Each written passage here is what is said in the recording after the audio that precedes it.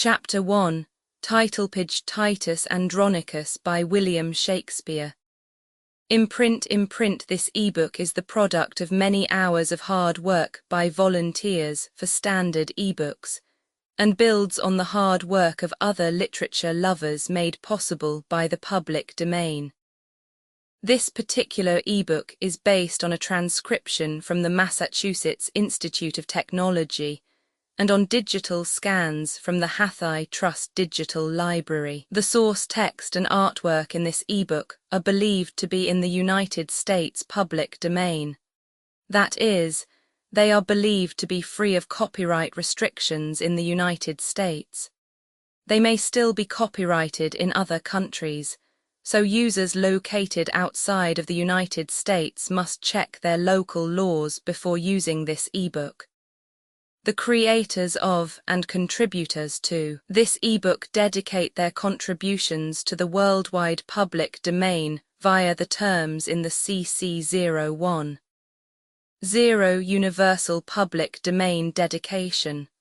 For full license information, see the uncopyright at the end of this ebook. Standard eBooks is a volunteer-driven project that produces ebook editions of public domain literature using modern typography, technology, and editorial standards, and distributes them free of cost.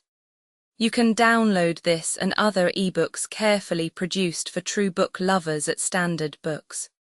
Org. Dramatis Personae Saturninus, son to the late Emperor of Rome, and afterwards declared Emperor Bassianus, brother to Saturninus.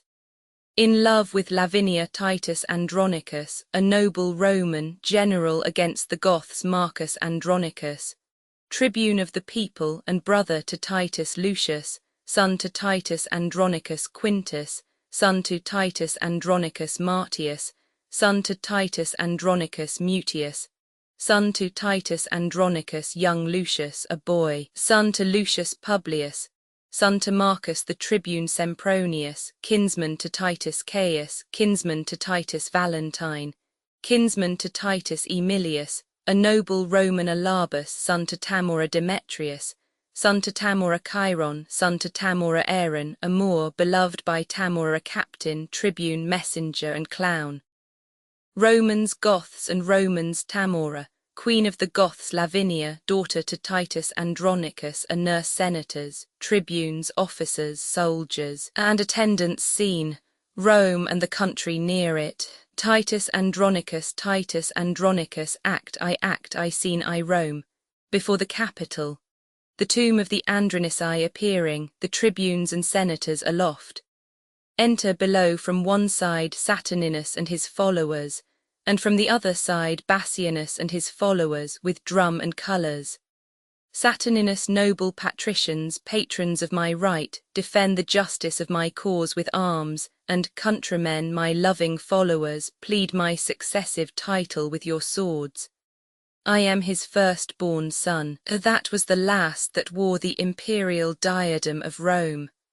Then let my father's honours live in me, nor wrong mine age with this indignity. Bassianus Romans, friends, followers, favourers of my right, if ever Bassianus, Caesar's son, were gracious in the eyes of royal Rome, keep then this passage to the Capitol and suffer not dishonour to approach the imperial seat, to virtue consecrate, to justice, continence and nobility. But let desert in pure election shine, and Romans fight for freedom in your choice. Enter Marcus Andronicus, aloft with the crown. Marcus princes, that strive by factions and by friends ambitiously for rule and empery, know that the people of Rome, for whom we stand, a special party, have by common voice in election for the Roman empery chosen Andronicus, surnamed Pius for many good and great deserts to Rome. A nobler man, a braver warrior, lives not this day within the city walls. He by the Senate is acquitted home from weary wars against the barbarous Goths, that with his sons, a terror to our foes, hath yoked a nation strong, trained up in arms. 10 years are spent since first he undertook this cause of Rome and chastised with arms our enemies' pride. 5 times he hath returned bleeding to Rome, bearing his valiant sons in coffins from the field. And now at last, laden with honour's spoils, returns the good Andronicus to Rome, renowned Titus flourishing in arms. Let us entreat, by honour of his name, whom worthily you would have now succeed, and in the Capitol and Senate's right, whom you pretend to honour and adore, that you withdraw you and abate your strength. Dismiss your followers, and as suitors should, plead your deserts in peace and humbleness. Saturninus, how fair the tribune speaks to calm my thoughts. Bassianus, Marcus, Andronicus, so I do ally in thy uprightness and integrity, and so I love and honour thee and thine, thy noble brother Titus and his sons, and her to whom my thoughts are humbled, all gracious Lavinia, Rome's rich ornament, that I will here dismiss my loving friends, and to my fortunes and the people's favour commit my cause in balance to be weighed. Exeunt the followers of Bassianus. Saturninus friends that have been thus forward in my right, I thank you all and here dismiss you all, and to the love and favour of my country commit myself, my person and the cause. Exeunt the followers of Saturninus. Rome be as just and gracious unto me as I am confident and kind to thee. Open the gates and let me in, Bassianus tribunes and me a poor competitor. Flourish. Saturninus and Bassianus go up into the Capitol. Enter a captain, Captain Romans make way. The good Andronicus, patron of virtue, Rome's best champion, successful in the battles that he fights, with honour and with fortune is returned from where he circumscribed with his sword and brought to yoke the enemies of Rome. Drums and trumpets sounded. Enter Martius and Mutius, after them 2 men bearing a coffin covered with black, then Lucius and Quintus. After them Titus Andronicus, and then Tamora with Alarbus, Demetrius, Chiron, Aaron and other Goths, prisoners, soldiers and people following. The bearers set down the coffin and Titus speaks. Titus, hail, Rome, victorious in thy mourning weeds. Lo, as the bark that hath discharged her fraught, returns with precious lading to the bay from whence at first she weighed her anchorage, cometh Andronicus, bound with laurel boughs, to resalute his country with his tears, tears of true joy for his return to Rome. Thou great defender of this capital, stand gracious to the rights that we intend. Romans, of 25 valiant sons, half of the number that King Priam had, behold the poor remains alive and dead. These that survive let Rome reward with love, these that I bring unto their latest home with burial amongst their ancestors. Here Goths have given me leave to sheath my sword. Titus, unkind and careless of thine own, why sufferest thou thy sons unburied yet to hover on the dreadful shore of Styx? Make way to lay them by their brethren. The tomb is opened. They greet in silence as the dead are wont, and sleep in peace, slain in your country's wars. O sacred receptacle of my joys, sweet cell of virtue and nobility, how many sons of mine hast thou in store that thou wilt never render to me more? Lucius, give us the proudest prisoner of the Goths, that we may hew his limbs, and on a pile ad mains fratrum sacrifice his flesh before this earthy prison of their bones, that so the shadows be not unappeased, nor we disturbed with prodigies on earth. Titus, I give him you, the noblest that survives, the eldest son of this distressed queen. Tamora, stay, Roman brethren. Gracious conqueror, victorious Titus, rue the tears I shed, a mother's tears in passion for her son. And if thy sons were ever dear to thee, oh, think my son to be as dear to me. Sufficeth not that we are brought to Rome to beautify thy triumphs and return, captive to thee and to thy Roman yoke, but must my sons be slaughtered in the streets for valiant doings in their country's cause. Oh, if to fight for king and commonweal were piety in thine, it is in these. Andronicus, stain not thy tomb with blood. Wilt thou draw near the nature of the gods? Draw near them then in being merciful. Sweet mercy is nobility's true badge. Thrice noble Titus, spare my firstborn son. Titus, patient yourself, madam, and pardon me. These are their brethren whom you Goths beheld alive and dead, and for their brethren slain religiously they ask a sacrifice. To this your son is marked, and die he must, to appease their groaning shadows that are gone. Lucius, away with him, and make a fire straight, and with our swords upon a pile of wood let's hew his limbs till they be clean consumed. Exeunt Lucius, Quintus, Martius, and Mutius with Alarbus. Tamora, O cruel, irreligious piety! Chiron was ever Scythia half so barbarous. Demetrius oppose not Scythia to ambitious Rome. Alarbus goes to rest, and we survive to tremble under Titus' threatening looks. Then, madam, stand resolved, but hope withal the self-same gods that armed the Queen of Troy with opportunity of sharp revenge upon the Thracian tyrant in his tent, may favour Tamora, the Queen of Goths. When Goths were Goths and Tamora was queen, to quit the bloody wrongs upon her foes. Re-enter Lucius, Quintus, Martius, and Mutius with their swords bloody. Lucius, see, lord and father, how we have performed our Roman rites. Alarbus' limbs are lopped, and entrails feed the sacrificing fire, whose smoke, like incense, doth perfume the sky. Remaineth naught but to inter our brethren, and with loud larums welcome them to Rome. Titus, let it be so, and let Andronicus make this his latest farewell to their souls. Trumpets sounded, and the coffin laid in the tomb. In peace and honour rest you here, my sons. Rome's readiest champions, repose you here in rest, secure from worldly chances and mishaps. Here lurks no treason, here no envy swells, here grow no damned grudges, here are no storms, no noise, but silence and eternal sleep. In peace and honour rest you here, my sons. Enter Lavinia. Lavinia, in peace and honour live Lord Titus long. My noble lord and father, live in fame. Lo, at this tomb my tributary tears I render for my brethren's obsequies, and at thy feet I kneel with tears of joy shed on the earth for thy return to Rome. O bless me here with thy victorious hand, whose fortunes Rome's best citizens applaud. Titus, kind Rome, that haste thus lovingly reserved the cordial of mine age to glad my heart. Lavinia, live, outlive thy father's days and fame's eternal date for virtue's praise.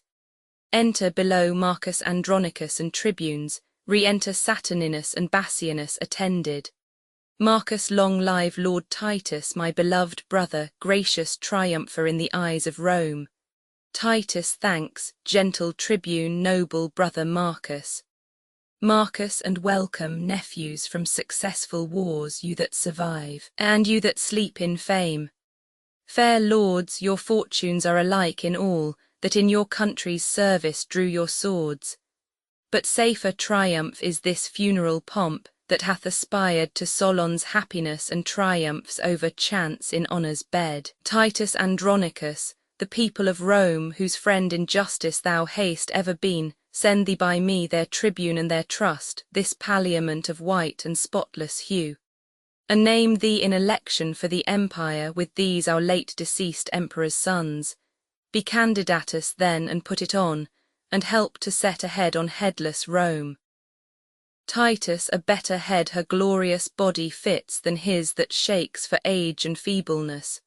What should I don this robe and trouble you? Be chosen with proclamations today, tomorrow yield up rule, resign my life and set abroad new business for you all. Rome, I have been thy soldier 40 years, and led my country's strength successfully, and buried 21 valiant sons knighted in field, slain manfully in arms in right and service of their noble country. Give me a staff of honour for mine age, but not a sceptre to control the world. Upright he held it, lords that held it last. Marcus Titus, thou shalt obtain and ask the empery. Saturninus, proud and ambitious tribune, canst thou tell, Titus patience Prince Saturninus. Saturninus Romans do me right, patricians draw your swords and sheathe them not till Saturninus be Rome's emperor. Andronicus, would thou wert shipped to hell rather than rob me of the people's hearts. Lucius proud Saturnine, interrupter of the good that noble-minded Titus means to thee. Titus, content thee, prince, I will restore to thee the people's hearts and wean them from themselves. Bassianus Andronicus, I do not flatter thee, but honour thee, and will do till I die. My faction if thou strengthen with thy friends, I will most thankful be. And thanks to men of noble minds is honourable meed. Titus, people of Rome and people's tribunes here, I ask your voices and your suffrages. Will you bestow them friendly on Andronicus? Tribunes to gratify the good Andronicus and gratulate his safe return to Rome, the people will accept whom he admits. Titus, tribunes, I thank you, and this suit I make that you create your emperor's eldest son, Lord Saturnine, whose virtues will, I hope, reflect on Rome as Titans' rays on earth, and ripen justice in this commonweal. Then, if you will elect by my advice, crown him and say, Long live our emperor. Marcus, with voices and applause of every sort, patricians and plebeians, we create Lord Saturninus Rome's great emperor, and say, Long live our emperor Saturnine. A long flourish till they come down. Saturninus Titus Andronicus, for thy favours done to us in our election this day, I give thee thanks in part of thy deserts, and will with deeds requite thy gentleness. And for an onset, Titus, to advance thy name and honourable family, Lavinia will I make my empress, Rome's royal mistress, mistress of my heart, and in the sacred pantheon her espouse. Tell me, Andronicus, doth this motion please thee? Titus, it doth, my worthy lord, and in this match I hold me highly honoured of your grace. And here in sight of Rome to Saturnine, king and commander of our commonweal, the wide world's emperor, do I consecrate my sword, my chariot, and my prisoners. Presents well worthy Rome's imperial lord. Receive them then, the tribute that I owe, mine honour's ensigns humbled at thy feet. Saturninus thanks, noble Titus, father of my life. How proud I am of thee and of thy gifts Rome shall record, and when I do forget the least of these unspeakable deserts, Romans, forget your fealty to me. Titus to Tamora. Now, madam, are you prisoner to an emperor, to him that for your honour and your state will use you nobly and your followers. Saturninus, a goodly lady, trust me, of the hue that I would choose were I to choose anew. Clear up, fair queen, that cloudy countenance, though chance of war hath wrought this change of cheer, thou comest not to be made a scorn in Rome. Princely shall be thy usage every way. Rest on my word, and let not discontent daunt all your hopes. Madam, he comforts you can make you greater than the Queen of Goths. Lavinia, you are not displeased with this. Lavinia, not I, my lord. Sith true nobility warrants these words in princely courtesy. Saturninus thanks, sweet Lavinia. Romans, let us go, ransomless here we set our prisoners free, proclaim our honours, lords, with trump and drum. Flourish. Saturninus courts Tamora in dumb show. Bassianus, Lord Titus, by your leave this maid is mine. Seizing Lavinia. Titus, how, sir, are you in earnest then, my lord? Bassianus, I, noble Titus, and resolved withal to do myself this reason and this right. Marcus suum cuique is our Roman justice, this prince in justice seizeth but his own. Lucius, and that he will and shall if Lucius live. Titus, traitors, avaunt, where is the emperor's guard? Treason, my lord. Lavinia is surprised. Saturninus surprised, by whom? Bassianus, by him that justly may bear his betrothed from all the world away. Exeunt Bassianus and Marcus with Lavinia. Mutius brothers help to convey her hence away, and with my sword I'll keep this door safe. Exeunt Lucius, Quintus and Martius. Titus follow my lord and I'll soon bring her back. Mutius, my lord, you pass not here. Titus, what villain boy, barst me my way in Rome, stabbing Mutius. Mutius help, Lucius help, dies. During the fray Saturninus, Tamora, Demetrius, Chiron and Aaron go out and re-enter above. Re-enter Lucius. Lucius, my lord, you are unjust, and more than so. In wrongful quarrel you have slain your son. Titus, nor thou nor he are any sons of mine. My sons would never so dishonour me. Traitor, restore Lavinia to the emperor. Lucius dead if you will, but not to be his wife, that is another's lawful promised love. Exit. Saturninus, no, Titus, no, the emperor needs her not, nor her, nor thee, nor any of thy stock. I'll trust, by leisure, him that mocks me once. Thee never, nor thy traitorous haughty sons, confederates all thus to dishonour me. Was there none else in Rome to make a stale but Saturnine? Full well, Andronicus, agree these deeds with that proud brag of thine, that saidst I begged the empire at thy hands. Titus, O monstrous, what reproachful words are these? Saturninus, but go thy ways. Go, give that changing peace to him that flourished for her with his sword. A valiant son-in-law thou shalt enjoy, one fit to bandy with thy lawless sons, to ruffle in the commonwealth of Rome. Titus, these words are razors to my wounded heart. Saturninus, and therefore lovely Tamora, queen of Goths, that like the stately Phoebe mongst her nymphs dost overshine the gallant dames of Rome. If thou be pleased with this my sudden choice, behold, I choose thee, Tamora, for my bride, and will create thee empress of Rome. Speak, queen of Goths, dost thou applaud my choice? And here I swear by all the Roman gods, Sith, priest and holy water are so near, and tapers burn so bright, and everything in readiness for Hymenaeus stand, I will not resalute the streets of Rome, or climb my palace, till from forth this place I lead espoused my bride along with me. Tamora, and here in sight of heaven to Rome I swear, if Saturnine advance the queen of Goths, she will a handmaid be to his desires, a loving nurse, a mother to his youth. Saturninus, ascend, fair queen Pantheon. Lords, accompany your noble emperor and his lovely bride, sent by the heavens for Prince Saturnine, whose wisdom hath her fortune conquered. There shall we consummate our spousal rites. Exeunt all but Titus. Titus, I am not bid to wait upon this bride. Titus, when wert thou wont to walk alone, dishonoured thus and challenged of wrongs? Re-enter Marcus, Lucius, Quintus, and Martius. Marcus, O Titus, see what thou hast done, in a bad quarrel slain a virtuous son.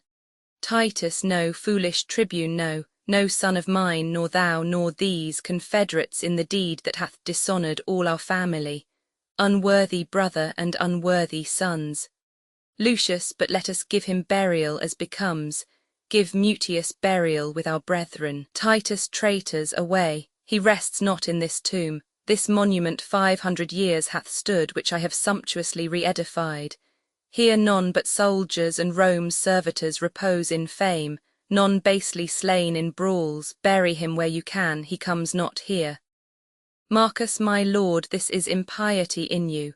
My nephew Mutius' deeds do plead for him, he must be buried with his brethren. Quintus, Martius, and shall, or him we will accompany. Titus, and shall. What villain was it that spake that word? Quintus, he that would vouch it in any place but here. Titus, what, would you bury him in my despite? Marcus, no, noble Titus, but entreat of thee to pardon Mutius and to bury him. Titus, Marcus, even thou hast struck upon my crest, and with these boys mine honour thou hast wounded. My foes, I do repute you every one, so trouble me no more, but get you gone. Martius, he is not with himself, let us withdraw. Quintus, not I, till Mutius' bones be buried. Marcus and the sons of Titus kneel. Marcus, brother, for in that name doth nature plead. Quintus, father, and in that name doth nature speak. Titus, speak thou no more, if all the rest will speed. Marcus, renowned Titus, more than half my soul, Lucius, dear father, soul and substance of us all, Marcus, suffer thy brother Marcus to inter his noble nephew here in virtue's nest, that died in honour and Lavinia's cause. Thou art a Roman, be not barbarous. The Greeks upon advice did bury Ajax that slew himself, and wise Laertes' son did graciously plead for his funerals. Let not young Mutius then, that was thy joy, be barred his entrance here. Titus, rise, Marcus, rise, the dismal stay is this, that ere I saw to be dishonoured by my sons in Rome. Well, bury him and bury me the next. Mutius is put into the tomb. Lucius, there lie thy bones, sweet Mutius, with thy friends, till we with trophies do adorn thy tomb, all kneeling. No man shed tears for noble Mutius, he lives in fame that died in virtue's cause. Marcus, my lord, to step out of these dreary dumps, how comes it that the subtle Queen of Goths is of a sudden thus advanced in Rome? Titus, I know not, Marcus, but I know it is, whether by device or no the heavens can tell. Is she not then beholding to the man that brought her for this high good turn so far? Yes, and will nobly him remunerate. Flourish. Re-enter from one side Saturninus attended, Tamora, Demetrius, Chiron and Aaron, from the other Bassianus, Lavinia and others. Saturninus, so Bassianus, you have played your prize. God give you joy, sir, of your gallant bride. Bassianus, and you of yours, my lord. I say no more nor wish no less, and so I take my leave. Saturninus, traitor, if Rome have law or we have power, thou and thy faction shall repent this rape. Bassianus, rape, call you it, my lord, to seize my own, my true betrothed love, and now my wife. But let the laws of Rome determine all. Meanwhile I am possessed of that is mine. Saturninus, 'tis good, sir, you are very short with us, but if we live we'll be as sharp with you. Bassianus, my lord, what I have done as best I may, answer I must and shall do with my life. Only thus much I give your grace to know. By all the duties that I owe to Rome, this noble gentleman, Lord Titus here, is in opinion and in honour wronged. That in the rescue of Lavinia with his own hand did slay his youngest son, in zeal to you and highly moved to wrath to be controlled in that he frankly gave. Receive him then, to favour Saturnine, that hath expressed himself in all his deeds a father and a friend to thee and Rome. Titus, Prince Bassianus, leave to plead my deeds, 'tis thou and those that have dishonoured me. Rome and the righteous heavens be my judge, how I have loved and honoured Saturnine. Tamora, my worthy lord, if ever Tamora were gracious in those princely eyes of thine, then hear me speak in indifferently for all, and at my suit, sweet, pardon what is past. Saturninus, what, madam, be dishonoured openly and basely put it up without revenge. Tamora, not so, my lord, the gods of Rome forfend I should be author to dishonour you. But on mine honour dare I undertake for good Lord Titus' innocence in all, whose fury not dissembled speaks his griefs, then at my suit look graciously on him. Lose not so noble a friend on vain suppose, nor with sour looks afflict his gentle heart. Aside to Saturninus, my lord, be ruled by me, be one at last. Dissemble all your griefs and discontents. You are but newly planted in your throne. Lest then the people and patricians too, upon a just survey, take Titus' part and so supplant you for ingratitude, which Rome reputes to be a heinous sin, yield at entreats. And then let me alone. I'll find a day to massacre them all and raise their faction and their family, the cruel father and his traitorous sons, to whom I sued for my dear son's life, and make them know what 'tis to let a queen kneel in the streets and beg for grace in vain. Come, come, sweet emperor, come, Andronicus, take up this good old man and cheer the heart that dies in tempest of thy angry frown. Saturninus, rise, Titus, rise, my empress hath prevailed. Titus, I thank your majesty and her my lord, these words, these looks infuse new life in me. Tamora, Titus, I am incorporate in Rome, a Roman now adopted happily, and must advise the emperor for his good. This day all quarrels die, Andronicus, and let it be mine honour, good my lord, that I have reconciled your friends and you. For you, Prince Bassianus, I have passed my word and promise to the emperor that you will be more mild and tractable. And fear not, lords, and you, Lavinia, by my advice, all humbled on your knees, you shall ask pardon of his majesty. Lucius, we do, and vow to heaven and to his highness that what we did was mildly as we might, tendering our sister's honour and our own. Marcus, that on mine honour here I do protest. Saturninus, away and talk not, trouble us no more. Tamora, nay, nay, sweet emperor, we must all be friends. The tribune and his nephews kneel for grace. I will not be denied. Sweetheart, look back. Saturninus, Marcus, for thy sake and thy brother's here, and at my lovely Tamora's entreats, I do remit these young men's heinous faults. Stand up. Lavinia, though you left me like a churl, I found a friend, and sure as death I swore I would not part a bachelor from the priest. Come, if the emperor's court can feast 2 brides, you are my guest, Lavinia, and your friends. This day shall be a love day, Tamora, Titus tomorrow, and it please your majesty to hunt the panther and the hart with me, with horn and hound will give your grace bonjour. Saturninus, be it so, Titus, and gramercy too. Flourish.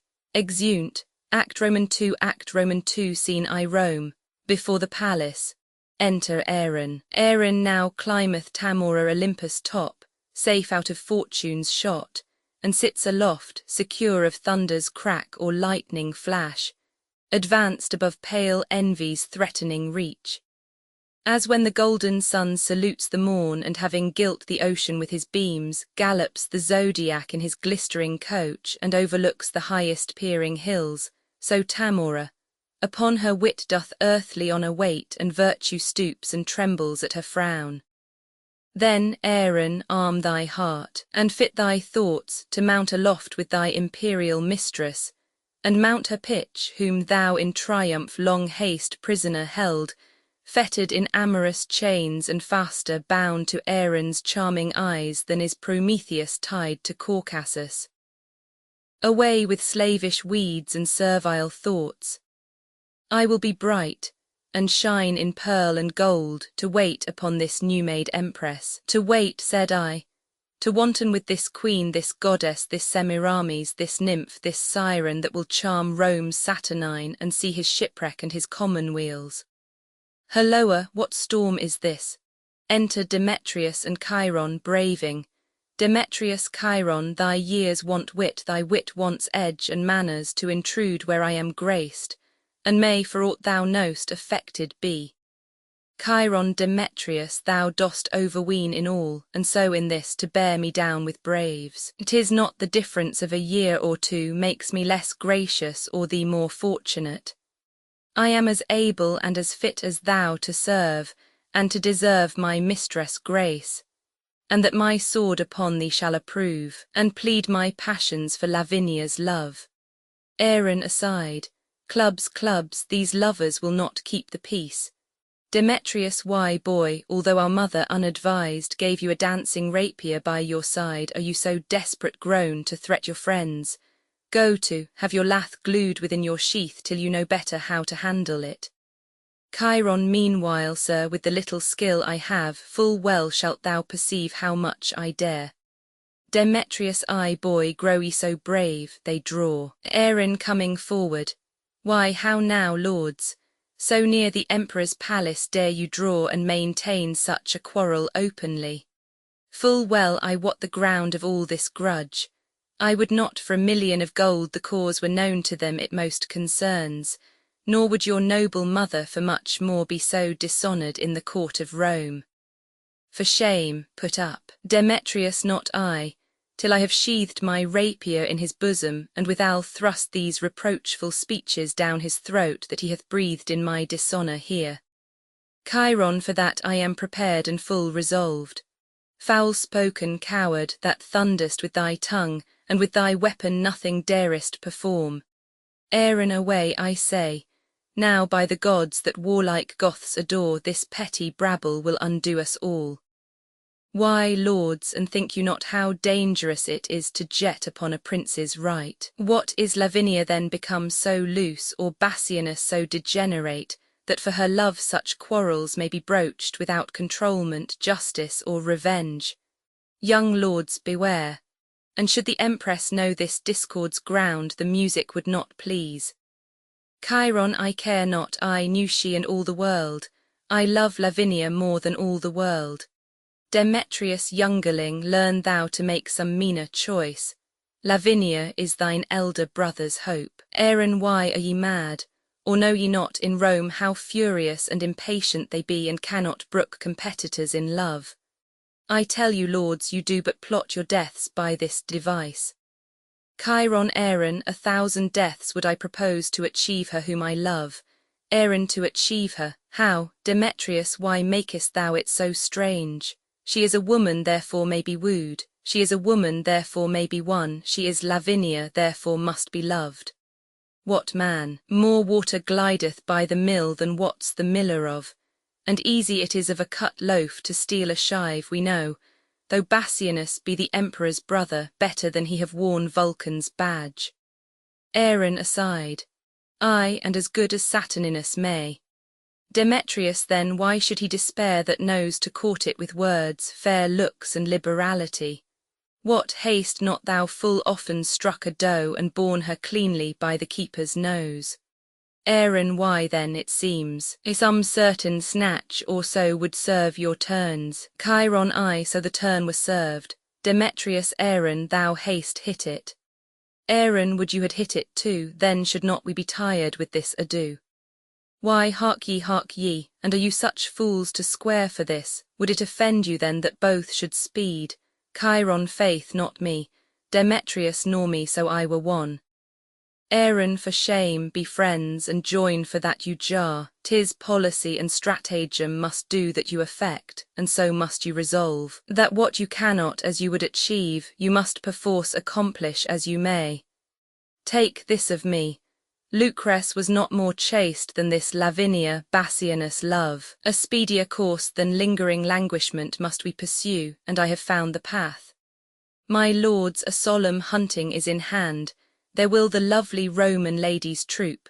The forest walks are wide and spacious, and many unfrequented plots there are fitted by kind for rape and villainy. Single you thither then this dainty doe, and strike her home by force, if not by words. This way or not at all stand you in hope.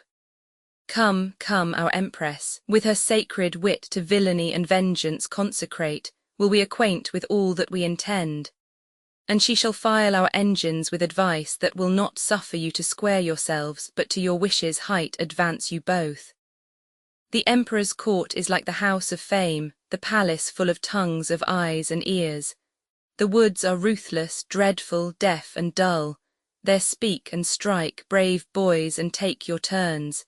There serve your lusts, shadowed from heaven's eye, and revel in Lavinia's treasury. Chiron, thy counsel, lad, smells of no cowardice. Demetrius, sit fast out Nephers, till I find the stream to cool this heat, a charm to calm these fits, per Stygia, per Mains Veher. Exeunt, scene Roman 2, a forest near Rome. Horns and cry of hounds heard. Enter Titus, Andronicus, with hunters, etc. Marcus, Lucius, Quintus, and Martius. Titus, the hunt is up, the morn is bright and grey. The fields are fragrant and the woods are green. Uncouple here, and let us make a bay, and wake the emperor and his lovely bride, and rouse the prince, and ring a hunter's peal, that all the court may echo with the noise. Sons, let it be your charge, as it is ours, to attend the emperor's person carefully. I have been troubled in my sleep this night, but dawning day new comfort hath inspired. A cry of hounds, and horns winded in appeal. Enter Saturninus, Tamora, Bassianus, Lavinia, Demetrius, Chiron, and attendants. Many good morrows to your majesty. Madam, to you as many and as good. I promised your grace a hunter's peal. Saturninus, and you have rung it lustily, my lord, somewhat too early for new-married ladies. Bassianus, Lavinia, how say you? Lavinia, I say no, I have been broad awake 2 hours and more. Saturninus, come on then, horse and chariots let us have, and to our sport, to Tamora. Madam, now shall ye see our Roman hunting. Marcus, I have dogs, my lord, will rouse the proudest panther in the chase, and climb the highest promontory top. Titus and I have horse will follow where the game makes way, and run like swallows o'er the plain.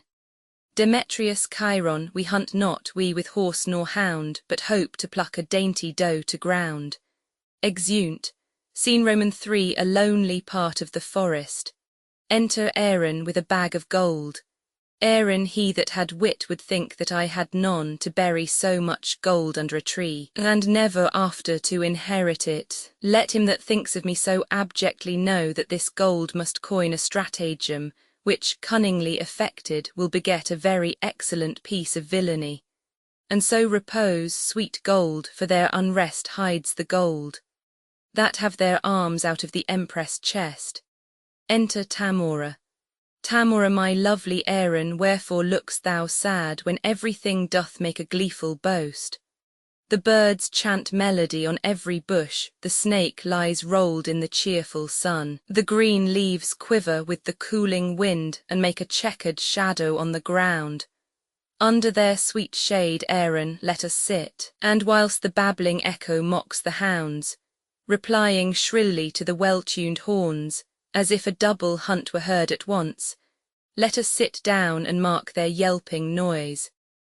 And after conflict such as was supposed the wandering prince and Dido once enjoyed, when with a happy storm they were surprised and curtained with a counsel-keeping cave, we may, each wreathed in the other's arms, our pastimes done, possess a golden slumber, whiles hounds and horns and sweet melodious birds be unto us as is a nurse's song of lullaby to bring her babe asleep. Aaron, madam, though Venus govern your desires, Saturn is dominator over mine. What signifies my deadly standing eye, my silence and my cloudy melancholy, my fleece of woolly hair that now uncurls even as an adder when she doth unroll to do some fatal execution? No, madam, these are no venereal signs. Vengeance is in my heart, death in my hand. Blood and revenge are hammering in my head. Hark, Tamora, the empress of my soul, which never hopes more heaven than rests in thee, this is the day of doom for Bassianus. His Philomel must lose her tongue today, thy sons make pillage of her chastity and wash their hands in Bassianus' blood. Seest thou this letter? Take it up, I pray thee, and give the king this fatal plotted scroll. Now question me no more, we are espied. Here comes a parcel of our hopeful booty, which dreads not yet their lives' destruction. Tamora, my sweet Moor, sweeter to me than life. Aaron no more, great empress, Bassianus comes, be cross with him, and I'll go fetch thy sons to back thy quarrels whatsoe'er they be. Exit. Enter Bassianus and Lavinia. Bassianus, who have we here? Rome's royal empress, unfurnished of her well-beseeming troop, or is it Diane, habited like her, who hath abandoned her holy groves to see the general hunting in this forest? Tamora, saucy controller of our private steps. Had I the power that some say Diane had, thy temples should be planted presently with horns, as was Actaeon's, and the hounds should drive upon thy new-transformed limbs, unmannerly intruder as thou art. Lavinia, under your patience, gentle empress, 'tis thought you have a goodly gift in horning, and to be doubted that your Moor and you are singled forth to try experiments. Jove shield your husband from his hounds today, 'tis pity they should take him for a stag. Bassianus, believe me, queen, your swarth Cimmerian doth make your honour of his body's hue, spotted, detested, and abominable. Why are you sequestered from all your train, dismounted from your snow-white goodly steed, and wandered hither to an obscure plot, accompanied but with a barbarous Moor, if foul desire had not conducted you? Lavinia, and being intercepted in your sport, great reason that my noble lord be rated for sauciness. I pray you let us hence, and let her joy her raven-coloured love. This valley fits the purpose passing well. Bassianus the king my brother shall have note of this. Lavinia, for these slips have made him noted long, good king to be so mightily abused. Tamora, why have I patience to endure all this? Enter Demetrius and Chiron. Demetrius, how now, dear sovereign and our gracious mother? Why doth your highness look so pale and wan? Tamora, have I not reason, think you, to look pale? These two have ticed me hither to this place, a barren detested vale you see it is. The trees, though summer, yet forlorn and lean, o'ercome with moss and baleful mistletoe. Here never shines the sun. Here nothing breeds unless the nightly owl or fatal raven. And when they showed me this abhorred pit, they told me here at dead time of the night, 1,000 fiends, 1,000 hissing snakes, 10,000 swelling toads, as many urchins, would make such fearful and confused cries as any mortal body hearing it should straight fall mad, or else die suddenly. No sooner had they told this hellish tale, but straight they told me they would bind me here unto the body of a dismal ewe, and leave me to this miserable death. And then they called me foul, adulterous, lascivious Goth, and all the bitterest terms that ever ear did hear to such effect. And had you not by wondrous fortune come, this vengeance on me had they executed. Revenge it as you love your mother's life, or be ye not henceforth called my children. Demetrius, this is a witness that I am thy son, stabs Bassianus. Chiron, and this for me struck home to show my strength. Also stabs Bassianus, who dies. Lavinia, come Semiramis, nay barbarous Tamora, for no name fits thy nature but thy own. Tamora, give me thy poniard, you shall know, my boys, your mother's hand shall right your mother's wrong. Demetrius, stay, madam, here is more belongs to her, first thrash the corn, then after burn the straw. This minion stood upon her chastity, upon her nuptial vow, her loyalty, and with that painted hope braves your mightiness. And shall she carry this unto her grave? Chiron, and if she do, I would I were an eunuch. Drag hence her husband to some secret hole, and make his dead trunk pillow to our lust. Tamora, but when ye have the honey ye desire, let not this wasp outlive us both to sting. Chiron, I warrant you, madam, we will make that sure. Come, mistress, now perforce we will enjoy that nice preserved honesty of yours. Lavinia, O Tamora, thou bear'st a woman's face. Tamora, I will not hear her speak, away with her. Lavinia, sweet lords, entreat her hear me but a word. Demetrius, listen, fair madam, let it be your glory to see her tears, but be your heart to them as unrelenting flint to drops of rain.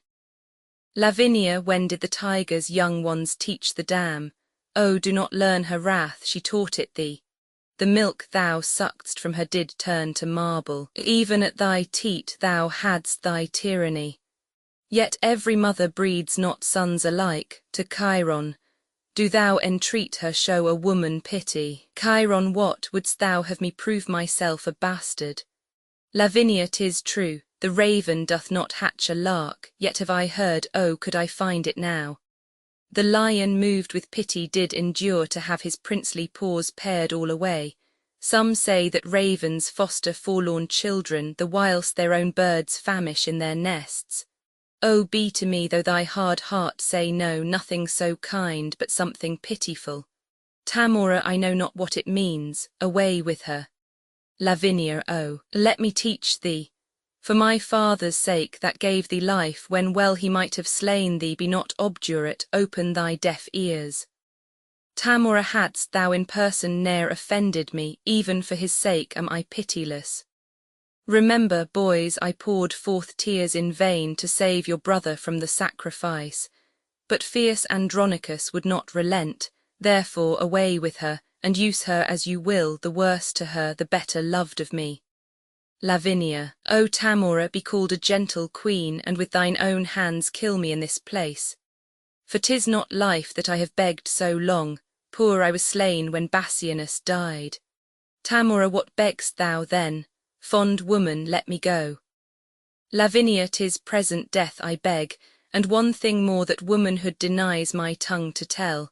Oh, keep me from their worse than killing lust, and tumble me into some loathsome pit, where never man's eye may behold my body. Do this, and be a charitable murderer. Tamora, so should I rob my sweet sons of their fee. No, let them satisfy their lust on thee. Demetrius, away, for thou hast stayed us here too long. Lavinia, no grace, no womanhood, ah, beastly creature, the blot and enemy to our general name. Confusion, fool, Chiron, nay, then I'll stop your mouth. Bring thou her husband, this is the hole where Aaron bid us hide him.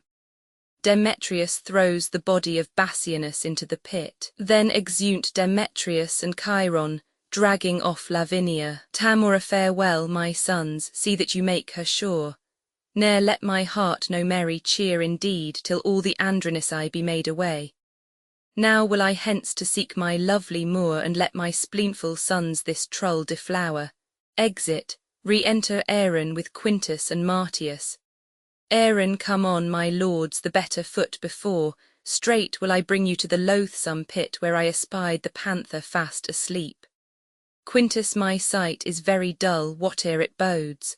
Martius and mine, I promise you, were it not for shame, well could I leave our sport to sleep a while. Falls into the pit. Quintus, what art thou fallen? What subtle hole is this, whose mouth is covered with rude growing briars, upon whose leaves are drops of new-shed blood as fresh as morning dew distilled on flowers? A very fatal place it seems to me. Speak, brother, hast thou hurt thee with the fall? Martius, O brother, with the dismalst object hurt that ever I with sight made heart lament. Aaron aside, now will I fetch the king to find them here, that he thereby may give a likely guess how these were they that made away his brother. Exit. Martius, why dost not comfort me, and help me out from this unhallowed and blood-stained hole? Quintus, I am surprised with an uncouth fear. A chilling sweat o'erruns my trembling joints. My heart suspects more than mine eye can see. Martius, to prove thou hast a true divining heart, Aaron and thou look down into this den, and see a fearful sight of blood and death. Quintus, Aaron is gone, and my compassionate heart will not permit mine eyes once to behold the thing whereat it trembles by surmise. Oh, tell me how it is, for ne'er till now was I a child to fear I know not what. Martius, Lord Bassianus lies embrued here, all on a heap like to a slaughtered lamb, in this detested, dark, blood-drinking pit. Quintus, if it be dark, how dost thou know 'tis he? Martius, upon his bloody finger he doth wear a precious ring, that lightens all the whole, which like a taper in some monument, doth shine upon the dead man's earthy cheeks, and shows the ragged entrails of the pit. So pale did shine the moon on Pyramus when he by night lay bathed in maiden blood. O brother, help me with thy fainting hand, if fear hath made thee faint as me it hath, out of this fell devouring receptacle, as hateful as Cocytus' misty mouth. Quintus, reach me thy hand that I may help thee out, or wanting strength to do thee so much good, I may be plucked into the swallowing womb of this deep pit, poor Bassianus' grave. I have no strength to pluck thee to the brink. Martius, nor I no strength to climb without thy help. Quintus, thy hand once more, I will not loose again till thou art here aloft or I below. Thou canst not come to me, I come to thee. Falls in. Enter Saturninus with Aaron. Saturninus, along with me. I'll see what hole is here, and what he is that now is leaped into it. Say, who art thou that lately didst descend into this gaping hollow of the earth? Martius, the unhappy son of old Andronicus, brought hither in a most unlucky hour to find thy brother Bassianus dead. Saturninus, my brother dead, I know thou dost but jest. He and his lady both are at the lodge upon the north side of this pleasant chase. 'Tis not an hour since I left him there. Martius, we know not where you left him all alive, but out, alas, here have we found him dead. Re-enter Tamora with attendants, Titus, Andronicus, and Lucius. Tamora, where is my lord the king? Saturninus, here, Tamora, though grieved with killing grief. Tamora, where is thy brother Bassianus? Saturninus, now to the bottom dost thou search my wound, poor Bassianus here lies murdered. Tamora, then all too late I bring this fatal writ, the complot of this timeless tragedy, and wonder greatly that man's face can fold in pleasing smiles such murderous tyranny. She giveth Saturninus a letter. Saturninus reads, and if we miss to meet him handsomely, sweet huntsman Bassianus 'tis we mean, do thou so much as dig the grave for him, thou know'st our meaning. Look for thy reward among the nettles at the elder tree which overshades the mouth of that same pit where we decreed to bury Bassianus. Do this and purchase us thy lasting friends. O Tamora, was ever heard the like? This is the pit and this the elder tree. Look, sirs, if you can find the huntsman out that should have murdered Bassianus here. Aaron, my gracious lord, here is the bag of gold. Saturninus to Titus. Two of thy whelps, fell curs of bloody kind, have here bereft my brother of his life. Sirs, drag them from the pit unto the prison, there let them bide until we have devised some never heard of torturing pain for them. Tamora, what are they in this pit? O wondrous thing, how easily murder is discovered. Titus, high emperor, upon my feeble knee I beg this boon with tears not lightly shed, that this fell fault of my accursed sons, accursed if the fault be proved in them. Saturninus, if it be proved, you see it is apparent. Who found this letter? Tamora, was it you? Tamora, Andronicus himself did take it up. Titus, I did, my lord, yet let me be their bail, for by my father's reverend tomb I vow they shall be ready at your highness' will to answer their suspicion with their lives. Saturninus, thou shalt not bail them, see thou follow me. Some bring the murdered body, some the murderers, let them not speak a word, the guilt is plain, for by my soul were there worse end than death, that end upon them should be executed. Tamora, Andronicus, I will entreat the king, fear not thy sons, they shall do well enough. Titus, come, Lucius, come, stay not to talk with them. Exeunt, scene Roman for another part of the forest. Enter Demetrius and Chiron with Lavinia ravished, her hands cut off and her tongue cut out. Demetrius, so, now go tell, and if thy tongue can speak, who 'twas that cut thy tongue and ravished thee. Chiron, write down thy mind, bewray thy meaning so, and if thy stumps will let thee play the scribe. Demetrius, see how with signs and tokens she can scroll. Chiron, go home, call for sweet water, wash thy hands. Demetrius, she hath no tongue to call, nor hands to wash, and so let's leave her to her silent walks. Chiron, and twere my case, I should go hang myself. Demetrius, if thou hadst hands to help thee knit the cord. Exeunt Demetrius and Chiron. Enter Marcus. Marcus, who is this? My niece that flies away so fast. Cousin, a word, where is your husband? If I do dream, would all my wealth would wake me. If I do wake, some planet strike me down, that I may slumber in eternal sleep.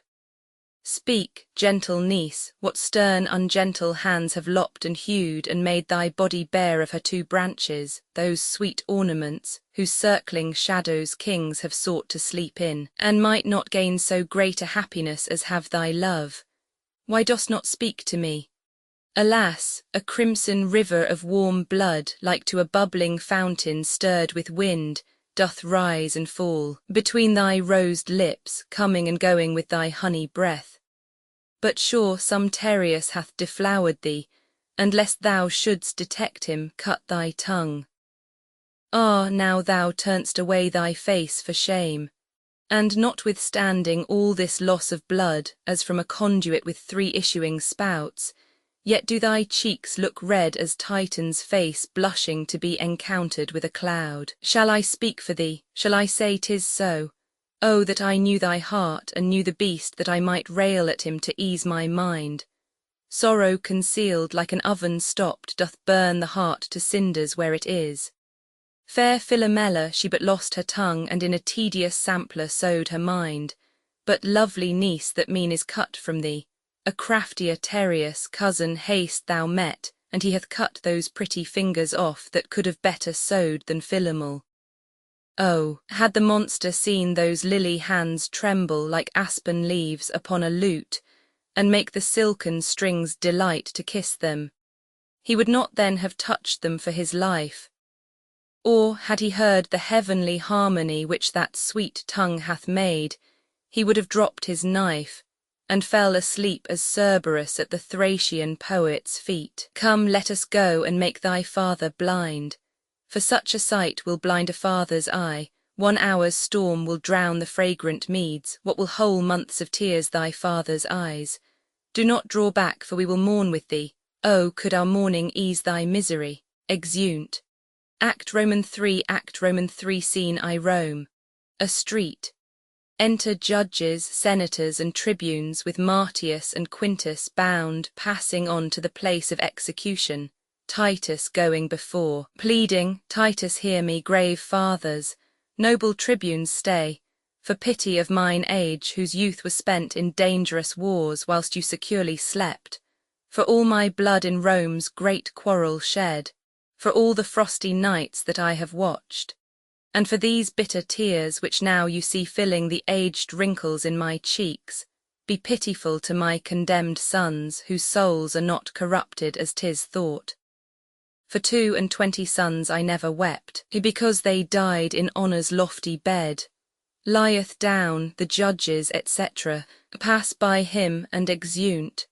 For these tribunes, in the dust I write my heart's deep languor and my soul's sad tears. Let my tears stanch the earth's dry appetite. My son's sweet blood will make it shame and blush.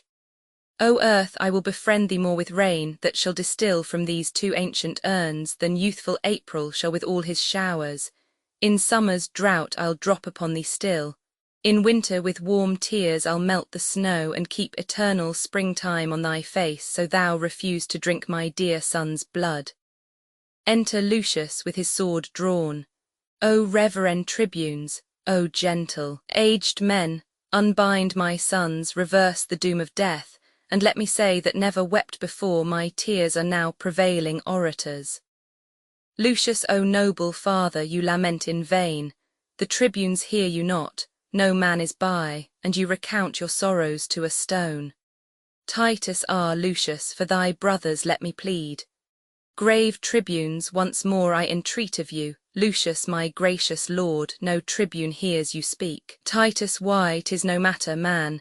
If they did hear, they would not mark me, or if they did mark, they would not pity me, yet plead I must, and bootless unto them. Therefore I tell my sorrows to the stones, who, though they cannot answer my distress, yet in some sort they are better than the tribunes, for that they will not intercept my tale. When I do weep, they humbly at my feet receive my tears, and seem to weep with me. And were they but attired in grave weeds, Rome could afford no tribune like to these. A stone is soft as wax, tribunes more hard than stones. A stone is silent and offendeth not, and tribunes with their tongues doom men to death. Rises, but wherefore stand'st thou with thy weapon drawn, Lucius, to rescue my 2 brothers from their death? For which attempt the judges have pronounced my everlasting doom of banishment. Titus, O happy man, they have befriended thee. Why, foolish Lucius, dost thou not perceive that Rome is but a wilderness of tigers? Tigers must prey, and Rome affords no prey but me and mine. How happy art thou then from these devourers to be banished. But who comes with our brother Marcus here?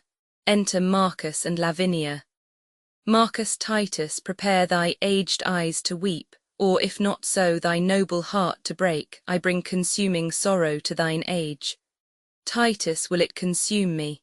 Let me see it then. Marcus, this was thy daughter. Titus, why, Marcus, so she is. Lucius, eye me, this object kills me. Titus, faint-hearted boy, arise and look upon her.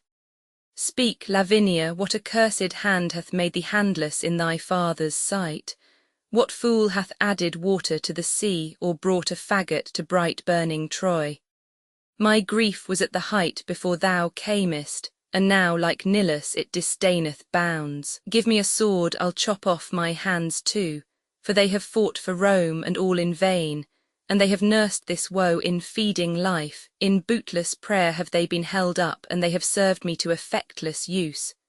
Now all the service I require of them is that the one will help to cut the other. 'Tis well, Lavinia, that thou hast no hands, for hands to do Rome service are but vain. Lucius, speak, gentle sister, who hath martyred thee? Marcus, oh, that delightful engine of her thoughts that blabbed them with such pleasing eloquence, is torn from forth that pretty hollow cage, where like a sweet melodious bird it sung sweet varied notes, enchanting every ear. Lucius, oh, say thou for her who hath done this deed. Marcus, oh, thus I found her, straying in the park, seeking to hide herself, as doth the deer that hath received some unrecurring wound. Titus, it was my dear, and he that wounded her hath hurt me more than had he killed me dead. For now I stand as one upon a rock environed with a wilderness of sea, who marks the waxing tide grow wave by wave, expecting ever when some envious surge will in his brinish bowels swallow him. This way to death my wretched sons are gone. Here stands my other son, a banished man, and here my brother weeping at my woes. But that which gives my soul the greatest spurn is dear Lavinia, dearer than my soul. Had I but seen thy picture in this plight, it would have madded me. What shall I do now I behold thy lively body so? Thou hast no hands to wipe away thy tears, nor tongue to tell me who hath martyred thee.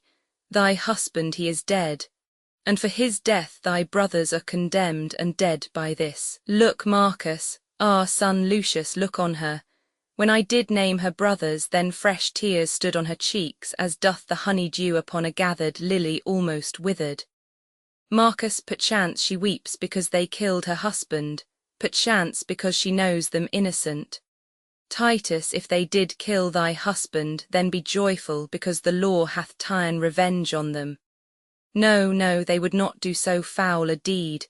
Witness the sorrow that their sister makes. Gentle Lavinia, let me kiss thy lips, or make some sign how I may do the ease. Shall thy good uncle and thy brother Lucius, and thou and I, sit round about some fountain, looking all downwards, to behold our cheeks how they are stained, as meadows, yet not dry, with miry slime left on them by a flood? And in the fountain shall we gaze so long till the fresh taste be taken from that clearness, and made a brine pit with our bitter tears? Or shall we cut away our hands like thine? Or shall we bite our tongues and in dumb shows pass the remainder of our hateful days? What shall we do? Let us that have our tongues plot some device of further misery to make us wondered at in time to come. Lucius, sweet father, cease your tears, for at your grief see how my wretched sister sobs and weeps. Marcus, patience, dear niece. Good Titus, dry thine eyes. Titus, ah, Marcus, Marcus. Brother, well I wot thy napkin cannot drink a tear of mine, for thou, poor man, hast drowned it with thine own. Lucius, ah, my Lavinia, I will wipe thy cheeks. Titus, mark, Marcus, mark, I understand her signs. Had she a tongue to speak, now would she say that to her brother which I said to thee. His napkin with his true tears all bewet can do no service on her sorrowful cheeks. Oh, what a sympathy of woe is this, as far from help as limbo is from bliss. Enter Aaron.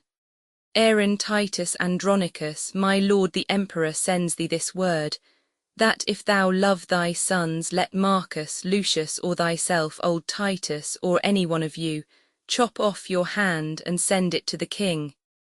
He for the same will send thee hither both thy sons alive, and that shall be the ransom for their fault. Titus, O gracious emperor, O gentle Aaron, did ever raven sing so like a lark that gives sweet tidings of the sun's uprise? With all my heart I'll send the emperor my hand. Good Aaron, wilt thou help to chop it off? Lucius, stay, father, for that noble hand of thine that hath thrown down so many enemies shall not be sent. My hand will serve the turn. My youth can better spare my blood than you, and therefore mine shall save my brothers' lives. Marcus, which of your hands hath not defended Rome, and reared aloft the bloody battle-axe, writing destruction on the enemy's castle? O, none of both, but are of high desert. My hand hath been but idle. Let it serve to ransom my 2 nephews from their death, then have I kept it to a worthy end. Aaron, nay, come, agree whose hand shall go along, for fear they die before their pardon come. Marcus, my hand shall go. Lucius, by heaven, it shall not go. Titus, sirs, strive no more, such withered herbs as these are meet for plucking up, and therefore mine. Lucius, sweet father, if I shall be thought thy son, let me redeem my brothers both from death. Marcus, and for our father's sake and mother's care, now let me show a brother's love to thee. Titus, agree between you, I will spare my hand. Lucius, then I'll go fetch an axe. Marcus, but I will use the axe. Exeunt Lucius and Marcus. Titus, come hither, Aaron, I'll deceive them both. Lend me thy hand, and I will give thee mine. Aaron, aside. If that be called deceit, I will be honest, and never, whilst I live, deceive men so, but I'll deceive you in another sort, and that you'll say, ere half an hour pass, cuts off Titus's hand. Re-enter Lucius and Marcus. Titus, now stay your strife, what shall be is dispatched. Good Aaron, give his majesty my hand, tell him it was a hand that warded him from 1,000 dangers, bid him bury it, more hath it merited, that let it have. As for my sons, say I account of them as jewels purchased at an easy price, and yet dear too, because I bought mine own. Aaron, I go, Andronicus, and for thy hand look by and by to have thy sons with thee. Aside. Their heads, I mean, oh, how this villainy doth fat me with the very thoughts of it. Let fools do good, and fair men call for grace. Aaron will have his soul black like his face. Exit. Titus, oh, here I lift this one hand up to heaven, and bow this feeble ruin to the earth. If any power pities wretched tears, to that I call, to Lavinia. What wilt thou kneel with me? Do then, dear heart, for heaven shall hear our prayers, or with our sighs we'll breathe the welkin dim, and stain the sun with fog, as sometime clouds when they do hug him in their melting bosoms. Marcus, O brother, speak with possibilities, and do not break into these deep extremes. Titus, is not my sorrow deep, having no bottom? Then be my passions bottomless with them. Marcus, but yet let reason govern thy lament. Titus, if there were reason for these miseries, then into limits could I bind my woes. When heaven doth weep, doth not the earth o'erflow? If the winds rage, doth not the sea wax mad, threatening the welkin with his big swollen face? And wilt thou have a reason for this coil? I am the sea, hark how her sighs do blow. She is the weeping welkin, I the earth. Then must my sea be moved with her sighs, then must my earth with her continual tears become a deluge, overflowed and drowned. For why my bowels cannot hide her woes, but like a drunkard must I vomit them. Then give me leave, for losers will have leave to ease their stomachs with their bitter tongues. Enter a messenger with 2 heads and a hand. Messenger, worthy Andronicus, ill art thou repaid for that good hand thou sent'st the emperor. Here are the heads of thy 2 noble sons, and here's thy hand in scorn to thee sent back. Thy griefs their sports, thy resolution mocked. That woe is me to think upon thy woes more than remembrance of my father's death. Exit. Marcus, now let hot Aetna cool in Sicily, and be my heart an ever-burning hell. These miseries are more than may be borne. To weep with them that weep doth ease some deal, but sorrow flouted at his double death. Lucius, that this sight should make so deep a wound, and yet detested life not shrink thereat, that ever death should let life bear his name, where life hath no more interest but to breathe. Lavinia kisses Titus. Marcus, alas, poor heart, that kisses comfortless as frozen water to a starved snake. Titus, when will this fearful slumber have an end? Marcus, now farewell flattery, die Andronicus, thou dost not slumber, see thy 2 sons' heads, thy warlike hand, thy mangled daughter here. Thy other banished son with this dear sight struck pale and bloodless. and thy brother I, even like a stony image, cold and numb. Ah, now no more will I control thy griefs. Rend off thy silver hair, thy other hand gnawing with thy teeth, and be this dismal sight the closing up of our most wretched eyes. Now is a time to storm, why art thou still? Titus, ha, ha, ha, Marcus, why dost thou laugh? It fits not with this hour. Titus, why, I have not another tear to shed. Besides, this sorrow is an enemy, and would usurp upon my watery eyes, and make them blind with tributary tears. Then which way shall I find revenge's cave? For these two heads do seem to speak to me, and threat me I shall never come to bliss till all these mischiefs be returned again even in their throats that have committed them. Come, let me see what task I have to do.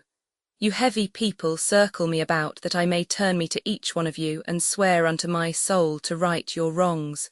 The vow is made. Come, brother, take a head, and in this hand the other I will bear. Lavinia, thou shalt be employed, these arms. Bear thou my hand, sweet wench, between thy teeth. As for thee, boy, go get thee from my sight. Thou art an exile, and thou must not stay. Hie to the Goths and raise an army there. And if you love me as I think you do, let's kiss and part, for we have much to do. Exeunt Titus, Marcus, and Lavinia. Lucius, farewell, Andronicus, my noble father, the wofulst man that ever lived in Rome. Farewell, proud Rome. Till Lucius come again, he leaves his pledges dearer than his life. Farewell, Lavinia, my noble sister. Oh, would thou wert as thou tofore haste been! But now nor Lucius nor Lavinia lives, but in oblivion and hateful griefs. If Lucius live, he will requite your wrongs, and make proud Saturnine and his empress beg at the gates, like Tarquin and his queen. Now will I to the Goths, and raise a power to be revenged on Rome and Saturnine. Exit. Scene Roman II, a room in Titus's house. A banquet set out. Enter Titus, Marcus, Lavinia, and young Lucius, a boy. Titus, so, now sit, and look you eat no more than will preserve just so much strength in us as will revenge these bitter woes of ours. Marcus, unknit that sorrow wreathen not, thy niece and I, poor creatures, want our hands and cannot passionate our tenfold grief with folded arms. This poor right hand of mine is left to tyrannize upon my breast, who, when my heart, all mad with misery, beats in this hollow prison of my flesh, then thus I thump it down. To Lavinia, thou map of woe that thus dost talk in signs, when thy poor heart beats with outrageous beating, thou canst not strike it thus to make it still. Wound it with sighing, girl, kill it with groans, or get some little knife between thy teeth, and just against thy heart make thou a hole, that all the tears that thy poor eyes let fall may run into that sink, and soaking in drown the lamenting fool in sea-salt tears. Marcus, fie, brother, fie, teach her not thus to lay such violent hands upon her tender life. Titus, how now? Has sorrow made thee dote already? Why, Marcus, no man should be mad but I. What violent hands can she lay on her life? Ah, wherefore dost thou urge the name of hands? To bid Aeneas tell the tale twice o'er, how Troy was burnt and he made miserable. Oh, handle not the theme to talk of hands, lest we remember still that we have none. Fie, fie, how frantically I square my talk, as if we should forget we had no hands, if Marcus did not name the word of hands. Come, let's fall to, and gentle girl, eat this, here is no drink. Hark, Marcus, what she says, I can interpret all her martyred signs. She says she drinks no other drink but tears, brewed with her sorrow, meshed upon her cheeks. Speechless complainer, I will learn thy thought. In thy dumb action will I be as perfect as begging hermits in their holy prayers. Thou shalt not sigh, nor hold thy stumps to heaven, nor wink, nor nod, nor kneel, nor make a sign, but I of these will wrest an alphabet, and by still practice learn to know thy meaning. Young Lucius, good grandsire, leave these bitter deep laments, make my aunt merry with some pleasing tale. Marcus, alas, the tender boy in passion moved, doth weep to see his grandsire's heaviness. Titus, peace, tender sapling, thou art made of tears, and tears will quickly melt thy life away. Marcus strikes the dish with a knife. What dost thou strike at, Marcus, with thy knife? Marcus, at that I have killed my lord, a fly. Titus, out on thee, murderer, thou kill'st my heart. Mine eyes are cloyed with view of tyranny. A deed of death done on the innocent becomes not. Titus, brother, get thee gone, I see thou art not for my company. Marcus, alas, my lord, I have but killed a fly. Titus, but how if that fly had a father and mother? How would he hang his slender gilded wings and buzz lamenting doings in the air? Poor harmless fly that with his pretty buzzing melody came here to make us merry, and thou haste killed him. Marcus, pardon me, sir, it was a black ill-favoured fly like to the Empress Moore, therefore I killed him. Titus, oh, then pardon me for reprehending thee, for thou hast done a charitable deed. Give me thy knife, I will insult on him, flattering myself, as if it were the Moor come hither purposely to poison me. There's for thyself, and that's for Tamora. Ah, sirrah, yet I think we are not brought so low but that between us we can kill a fly that comes in likeness of a coal-black Moor. Marcus, alas, poor man, grief has so wrought on him he takes false shadows for true substances. Titus, come, take away. Lavinia, go with me, I'll to thy closet, and go read with thee sad stories chanced in the times of old. Come, boy, and go with me, thy sight is young, and thou shalt read when mine begin to dazzle. Exeunt. Act Roman 4, scene I Rome. Titus's garden. Enter young Lucius and Lavinia running after him, and the boy flies from her with books under his arm. Then enter Titus and Marcus. Young Lucius, help, grandsire, help. My Aunt Lavinia follows me everywhere, I know not why. Good Uncle Marcus, see how swift she comes. Alas, sweet aunt, I know not what you mean. Marcus, stand by me. Lucius, do not fear thine aunt. Titus, she loves thee, boy, too well to do thee harm. Young Lucius, I, when my father was in Rome, she did. Marcus, what means my niece Lavinia by these signs? Titus, fear her not, Lucius. Somewhat doth she mean. See, Lucius, see how much she makes of thee. Somewhither would she have thee go with her.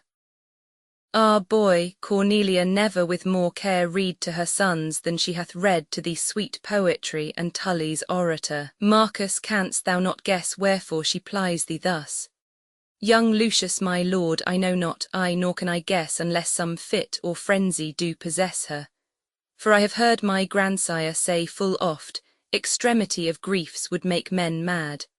And I have read that Hecuba of Troy ran mad through sorrow. That made me to fear. Although, my lord, I know my noble aunt loves me as dear as e'er my mother did, and would not, but in fury, fright my youth, which made me down to throw my books and fly, causeless perhaps. But pardon me, sweet aunt, and madam, if my uncle Marcus go, I will most willingly attend your ladyship. Marcus, Lucius, I will. Lavinia turns over with her stumps the books which Lucius has let fall. Titus, how now, Lavinia? Marcus, what means this? Some book there is that she desires to see. Which is it, girl, of these? Open them, boy, but thou art deeper read and better skilled. Come and take choice of all my library, and so beguile thy sorrow till the heavens reveal the damned contriver of this deed. Why lifts she up her arms in sequence thus? Marcus, I think she means that there was more than one confederate in the fact. Ay, more there was, or else to heaven she heaves them for revenge. Titus, Lucius, what book is that she tosseth so?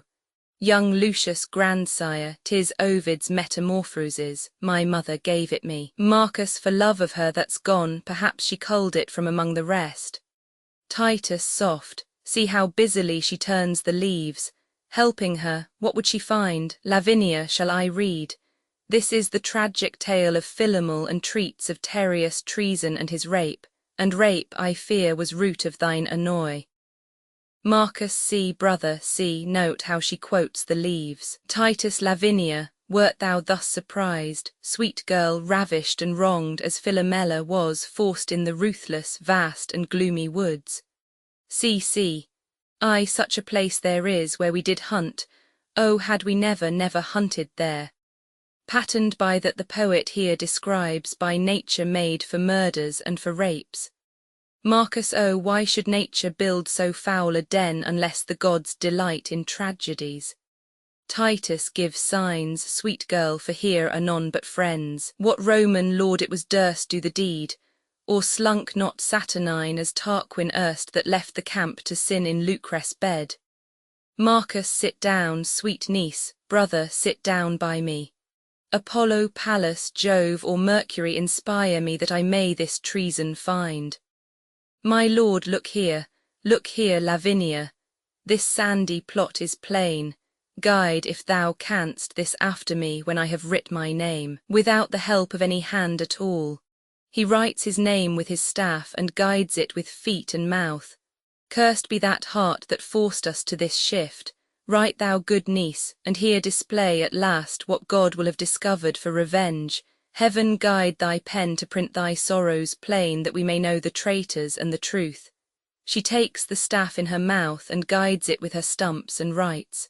Titus, oh, do ye read, my lord, what she hath writ? Stuprum, Chiron, Demetrius, Marcus, what, the lustful sons of Tamora, performers of this heinous, bloody deed. Titus, magni dominator poli, tam lentus audi celera. Tam lentus vides.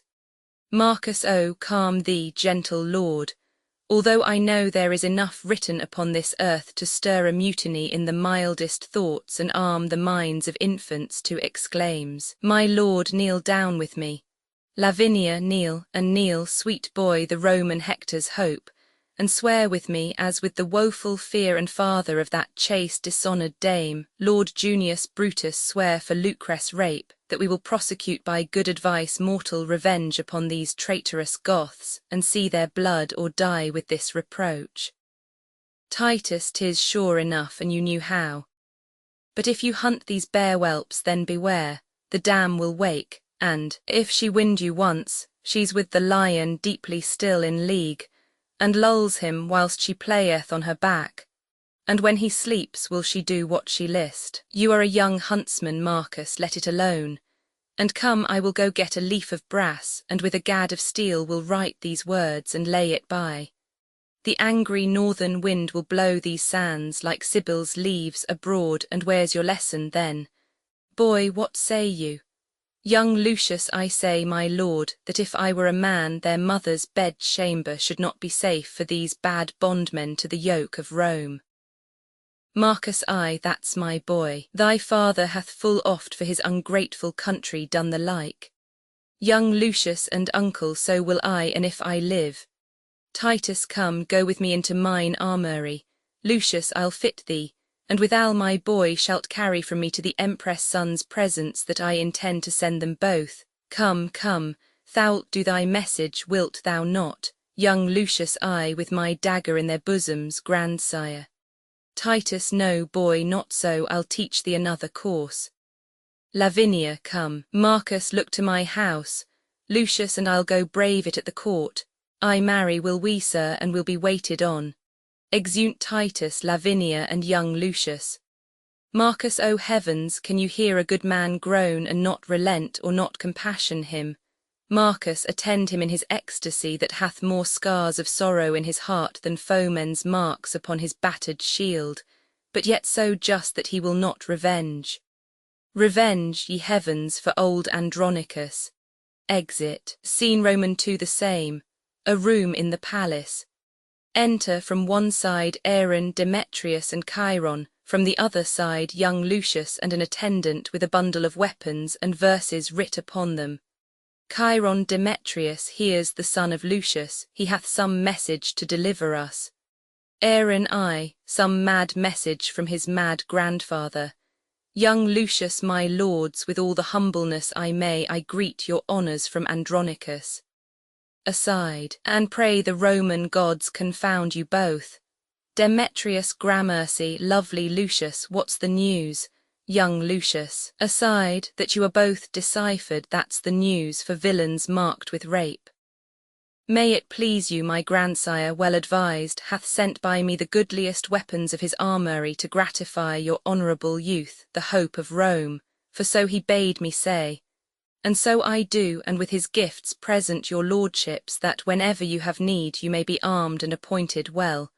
And so I leave you both, aside like bloody villains. Exeunt young Lucius and attendant. Demetrius, what's here?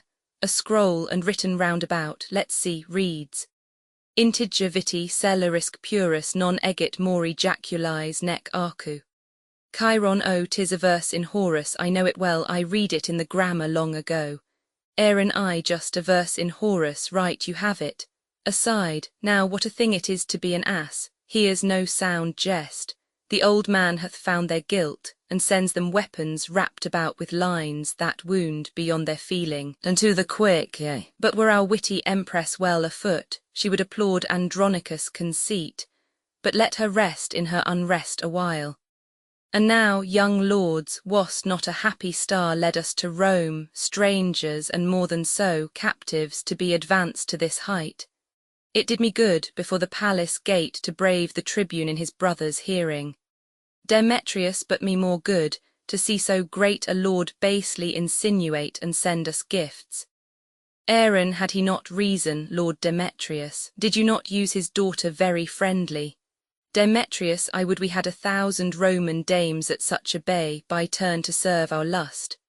Chiron, a charitable wish and full of love. Aaron here lacks but your mother for to say Amen. Chiron, and that would she for 20,000 more. Demetrius, come, let us go and pray to all the gods for our beloved mother in her pains. Aaron, aside, pray to the devils, the gods have given us over. Trumpets sound within. Demetrius, why do the emperor's trumpets flourish thus? Chiron, belike, for joy the emperor hath a son. Demetrius, soft, who comes here? Enter a nurse with a blackamoor child in her arms. Nurse, good morrow, lords, oh tell me, did you see Aaron the Moor? Aaron well, more or less, or ne'er a whit at all, here Aaron is, and what with Aaron now? Nurse, oh gentle Aaron, we are all undone. Now help, or woe betide thee evermore. Aaron, why, what a caterwauling dost thou keep? What dost thou wrap and fumble in thine arms? Nurse, oh, that which I would hide from heaven's eye our empress' shame and stately Rome's disgrace. She is delivered, lords, she is delivered. Aaron, to whom, nurse, I mean, she is brought a bed. Aaron, well, God give her good rest, what hath he sent her? Nurse, a devil. Aaron, why, then she is the devil's dam, a joyful issue. Nurse, a joyless, dismal, black and sorrowful issue. Here is the babe, as loathsome as a toad amongst the fairest breeders of our clime. The empress sends it thee thy stamp, thy seal, and bids thee christen it with thy dagger's point. Aaron, zounds, ye whore, is black so base a hue? Sweet blows, you are a beauteous blossom sure. Demetrius, villain, what hast thou done? Aaron, that which thou canst not undo. Chiron, thou hast undone our mother. Aaron, villain, I have done thy mother. Demetrius, and therein, hellish dog, thou hast undone. Woe to her chance, and damned her loathed choice. Accursed the offspring of so foul a fiend. Chiron, it shall not live. Aaron, it shall not die. Nurse Aaron, it must, the mother wills it so. Aaron, what must it, nurse? Then let no man but I do execution on my flesh and blood. Demetrius, I'll broach the tadpole on my rapier's point. Nurse, give it me, my sword shall soon dispatch it. Aaron, sooner this sword shall plough thy bowels up. Takes the child from the nurse and draws. Stay, murderous villains, will you kill your brother? Now, by the burning tapers of the sky, that shone so brightly when this boy was got, he dies upon my scimitar's sharp point that touches this my firstborn son and heir.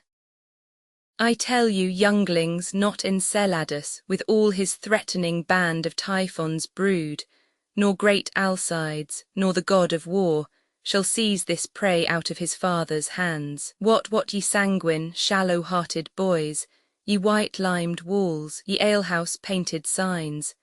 Coal-black is better than another hue in that it scorns to bear another hue. For all the water in the ocean can never turn the swan's black legs to white, although she lave them hourly in the flood. Tell the empress from me I am of age to keep mine own, excuse it how she can. Demetrius, wilt thou betray thy noble mistress thus? Aaron, my mistress is my mistress, this myself, the vigour and the picture of my youth, this before all the world do I prefer, this maugre all the world will I keep safe, or some of you shall smoke for it in Rome. Demetrius, by this our mother is for ever shamed. Chiron, Rome will despise her for this foul escape. Nurse, the emperor in his rage will doom her death. Chiron, I blush to think upon this ignominy. Aaron, why, there's the privilege your beauty bears. Fie, treacherous hue that will betray with blushing the close enacts and counsels of the heart. Here's a young lad framed of another leer. Look how the black slave smiles upon the father, as who should say, old lad, I am thine own. He is your brother, lords, sensibly fed of that self-blood that first gave life to you, and from that womb where you imprisoned were he is enfranchised and come to light. Nay, he is your brother by the surer side, although my seal be stamped in his face. Nurse Aaron, what shall I say unto the empress? Demetrius, advise thee, Aaron, what is to be done, and we will all subscribe to thy advice. Save thou the child, so we may all be safe. Aaron, then sit we down, and let us all consult. My son and I will have the wind of you. Keep there, now talk at pleasure of your safety. They sit. Demetrius, how many women saw this child of his? Aaron, why so, brave lords? When we join in league I am a lamb, but if you brave the moor, the chafed boar, the mountain lioness, the ocean swells not so as Aaron's storms. But say again how many saw the child? Nurse Cornelia the midwife and myself, and no one else but the delivered empress. Aaron the empress, the midwife and yourself, two may keep counsel when the third's away. Go to the empress, tell her this I said. He kills the nurse. Weak, weak, so cries a pig prepared to the spit. Demetrius, what mean'st thou, Aaron? Wherefore didst thou this? Aaron, O lord, sir, 'tis a deed of policy. Shall she live to betray this guilt of ours, a long-tongued babbling gossip? No, lords, no, and now be it known to you my full intent. Not far one Muley lives, my countryman. His wife but yesternight was brought to bed. His child is like to her, fair as you are. Go pack with him and give the mother gold, and tell them both the circumstance of all, and how by this their child shall be advanced, and be received for the emperor's heir, and substituted in the place of mine, to calm this tempest whirling in the court, and let the emperor dandle him for his own. Hark ye, lords, ye see I have given her physic, pointing to the nurse, and you must needs bestow her funeral. The fields are near, and you are gallant grooms. This done, see that you take no longer days, but send the midwife presently to me. The midwife and the nurse well made away, then let the ladies tattle what they please. Chiron, Aaron, I see thou wilt not trust the air with secrets. Demetrius, for this care of Tamora, herself and hers are highly bound to thee. Exeunt Demetrius and Chiron bearing off the nurse's body. Aaron now to the Goths, as swift as swallow flies, there to dispose this treasure in mine arms, and secretly to greet the empress friends. Come on, you thick-lipped slave, I'll bear you hence, for it is you that puts us to our shifts. I'll make you feed on berries and on roots, and feed on curds and whey, and suck the goat, and cabin in a cave, and bring you up to be a warrior and command a camp. Exit. Scene Roman 3 the same. A public place. Enter Titus, bearing arrows with letters at the ends of them, with him Marcus, young Lucius, Publius, Sempronius, Caius, and other gentlemen with bows. Titus, come, Marcus. Come, kinsmen, this is the way. Sir boy, now let me see your archery. Look ye draw home enough, and 'tis there straight. Terra's Astrea reliquit. Be you remembered, Marcus, she's gone, she's fled. Sirs, take you to your tools. You cousins shall go sound the ocean and cast your nets. Happily you may catch her in the sea. Yet there's as little justice as at land. No, Publius and Sempronius, you must do it. 'Tis you must dig with mattock and with spade and pierce the inmost centre of the earth. Then when you come to Pluto's region, I pray you deliver him this petition. Tell him it is for justice and for aid, and that it comes from old Andronicus, shaken with sorrows in ungrateful Rome. Ah, Rome, well, well, I made thee miserable what time I threw the people's suffrages on him that thus doth tyrannize o'er me. Go, get you gone, and pray be careful all, and leave you not a man of war unsearched. This wicked emperor may have shipped her hence, and kinsmen, then we may go pipe for justice. Marcus, O Publius, is not this a heavy case to see thy noble uncle thus distract? Publius, therefore, my lord, it highly us concerns by day and night to attend him carefully, and feed his humour kindly as we may, till time beget some careful remedy. Marcus, kinsmen, his sorrows are past remedy. Join with the Goths, and with revengeful war take wreak on Rome for this ingratitude, and vengeance on the traitor Saturnine. Titus, Publius, how now, my masters? What, have you met with her? Publius, no, my good lord, but Pluto sends you word, if you will have revenge from hell you shall. Marry, for justice she is so employed, he thinks, with Jove in heaven or somewhere else, so that perforce you must needs stay a time. Titus, he doth me wrong to feed me with delays. I'll dive into the burning lake below, and pull her out of Acron by the heels.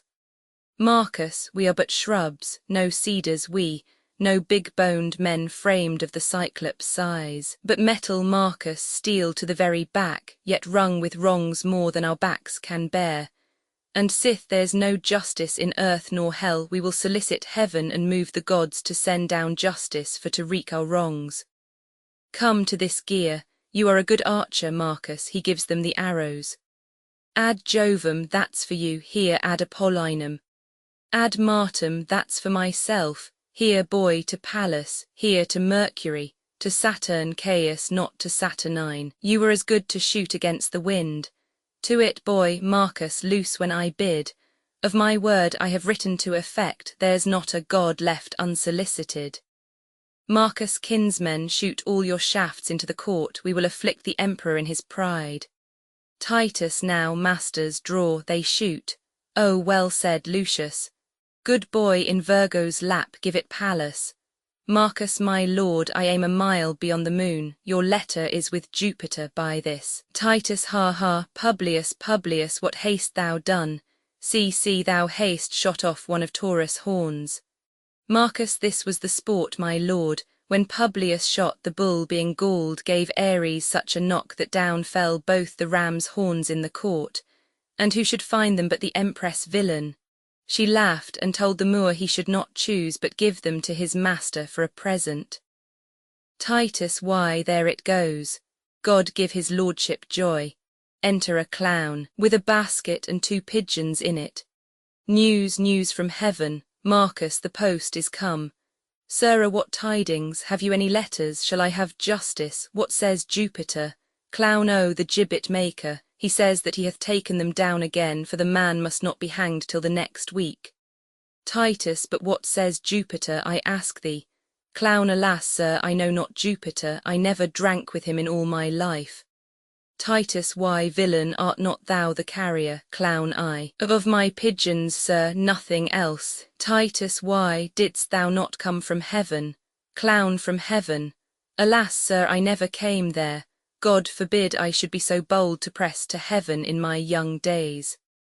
Why, I am going with my pigeons to the tribunal plebs, to take up a matter of brawl betwixt my uncle and one of the imperial's men. Marcus, why, sir, that is as fit as can be to serve for your oration, and let him deliver the pigeons to the emperor from you. Titus, tell me, can you deliver an oration to the emperor with a grace? Clown, nay, truly, sir, I could never say grace in all my life. Titus, sirrah, come hither, make no more ado, but give your pigeons to the emperor. By me thou shalt have justice at his hands.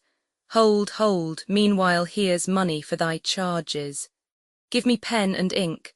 Sirrah, can you with a grace deliver a supplication? Clown, I, sir. Titus, then here is a supplication for you, and when you come to him at the first approach you must kneel, then kiss his foot, then deliver up your pigeons, and then look for your reward. I'll be at hand, sir, see you do it bravely. Clown, I warrant you, sir, let me alone. Titus, sirrah, haste thou a knife, come, let me see it. Here, Marcus, fold it in the oration, for thou hast made it like an humble suppliant. And when thou hast given it the emperor, knock at my door and tell me what he says. Clown, God be with you, sir, I will. Titus, come, Marcus, let us go. Publius, follow me. Exeunt, scene Roman 4 the same, before the palace. Enter Saturninus, Tamora, Demetrius, Chiron, lords and others. Saturninus with the arrows in his hand that Titus shot. Saturninus, why, lords, what wrongs are these? Was ever seen an emperor in Rome thus overborne, troubled, confronted thus, and for the extent of egal justice used in such contempt? My lords, you know as know the mightful gods, however these disturbers of our peace buzz in the people's ears, their naught hath passed, but even with law, and against the wilful sons of old Andronicus. And what and if his sorrows have so overwhelmed his wits, shall we be thus afflicted in his reeks, his fits, his frenzy, and his bitterness? And now he writes to heaven for his redress. See, here's to Jove, and this to Mercury, this to Apollo, this to the god of war, sweet scrolls to fly about the streets of Rome. What's this but libeling against the Senate and blazoning our injustice everywhere? A goodly humour is it not, my lords? As who would say in Rome no justice were? But if I live, his feigned ecstasies shall be no shelter to these outrages. But he and his shall know that justice lives in Saturninus' health, whom, if she sleep, he'll so awake as she in fury shall cut off the proudest conspirator that lives. Tamora, my gracious lord, my lovely Saturnine, lord of my life, commander of my thoughts, calm thee and bear the faults of Titus' age, the effects of sorrow for his valiant sons, whose loss hath pierced him deep and scarred his heart, and rather comfort his distressed plight than prosecute the meanest or the best for these contempts. Aside. Why, thus it shall become high-witted Tamora to gloze with all. But Titus, I have touched thee to the quick, thy life-blood out, if Aaron now be wise, then is all safe, the anchor's in the port. Enter Clown, how now, good fellow, wouldst thou speak with us? Clown, yea, forsooth, and your mistership be imperial. Tamora empress I am, but yonder sits the emperor. Clown, 'tis he. God and Saint Stephen give you good den. I have brought you a letter and a couple of pigeons here. Saturninus reads the letter. Saturninus, go, take him away and hang him presently. Clown, how much money must I have? Tamora, come, sirrah, you must be hanged. Clown, hanged, by a lady, then I have brought up a neck to a fair end. Exit guarded. Saturninus, despiteful and intolerable wrongs, shall I endure this monstrous villainy? I know from whence this same device proceeds, may this be born, as if his traitorous sons that died by law for murder of our brother have by my means been butchered wrongfully. Go, drag the villain hither by the hair, nor age nor honour shall shape privilege. For this proud mock I'll be thy slaughterman, sly frantic wretch that holps to make me great, in hope thyself should govern Rome and me.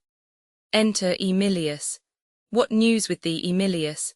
Emilius, arm, my lord. Rome never had more cause, the Goths have gathered head, and with a power of high-resolved men bent to the spoil, they hither march amain under conduct of Lucius, son to old Andronicus, who threats in course of this revenge to do as much as ever Coriolanus did. Saturninus is warlike Lucius, general of the Goths. These tidings nip me, and I hang the head as flowers with frost or grass beat down with storms. I now begin our sorrows to approach. 'Tis he the common people love so much. Myself hath often overheard them say, when I have walked like a private man, that Lucius' banishment was wrongfully, and they have wished that Lucius were their emperor. Tamora, why should you fear? Is not your city strong? Saturninus I, but the citizens favour Lucius and will revolt from me to succour him.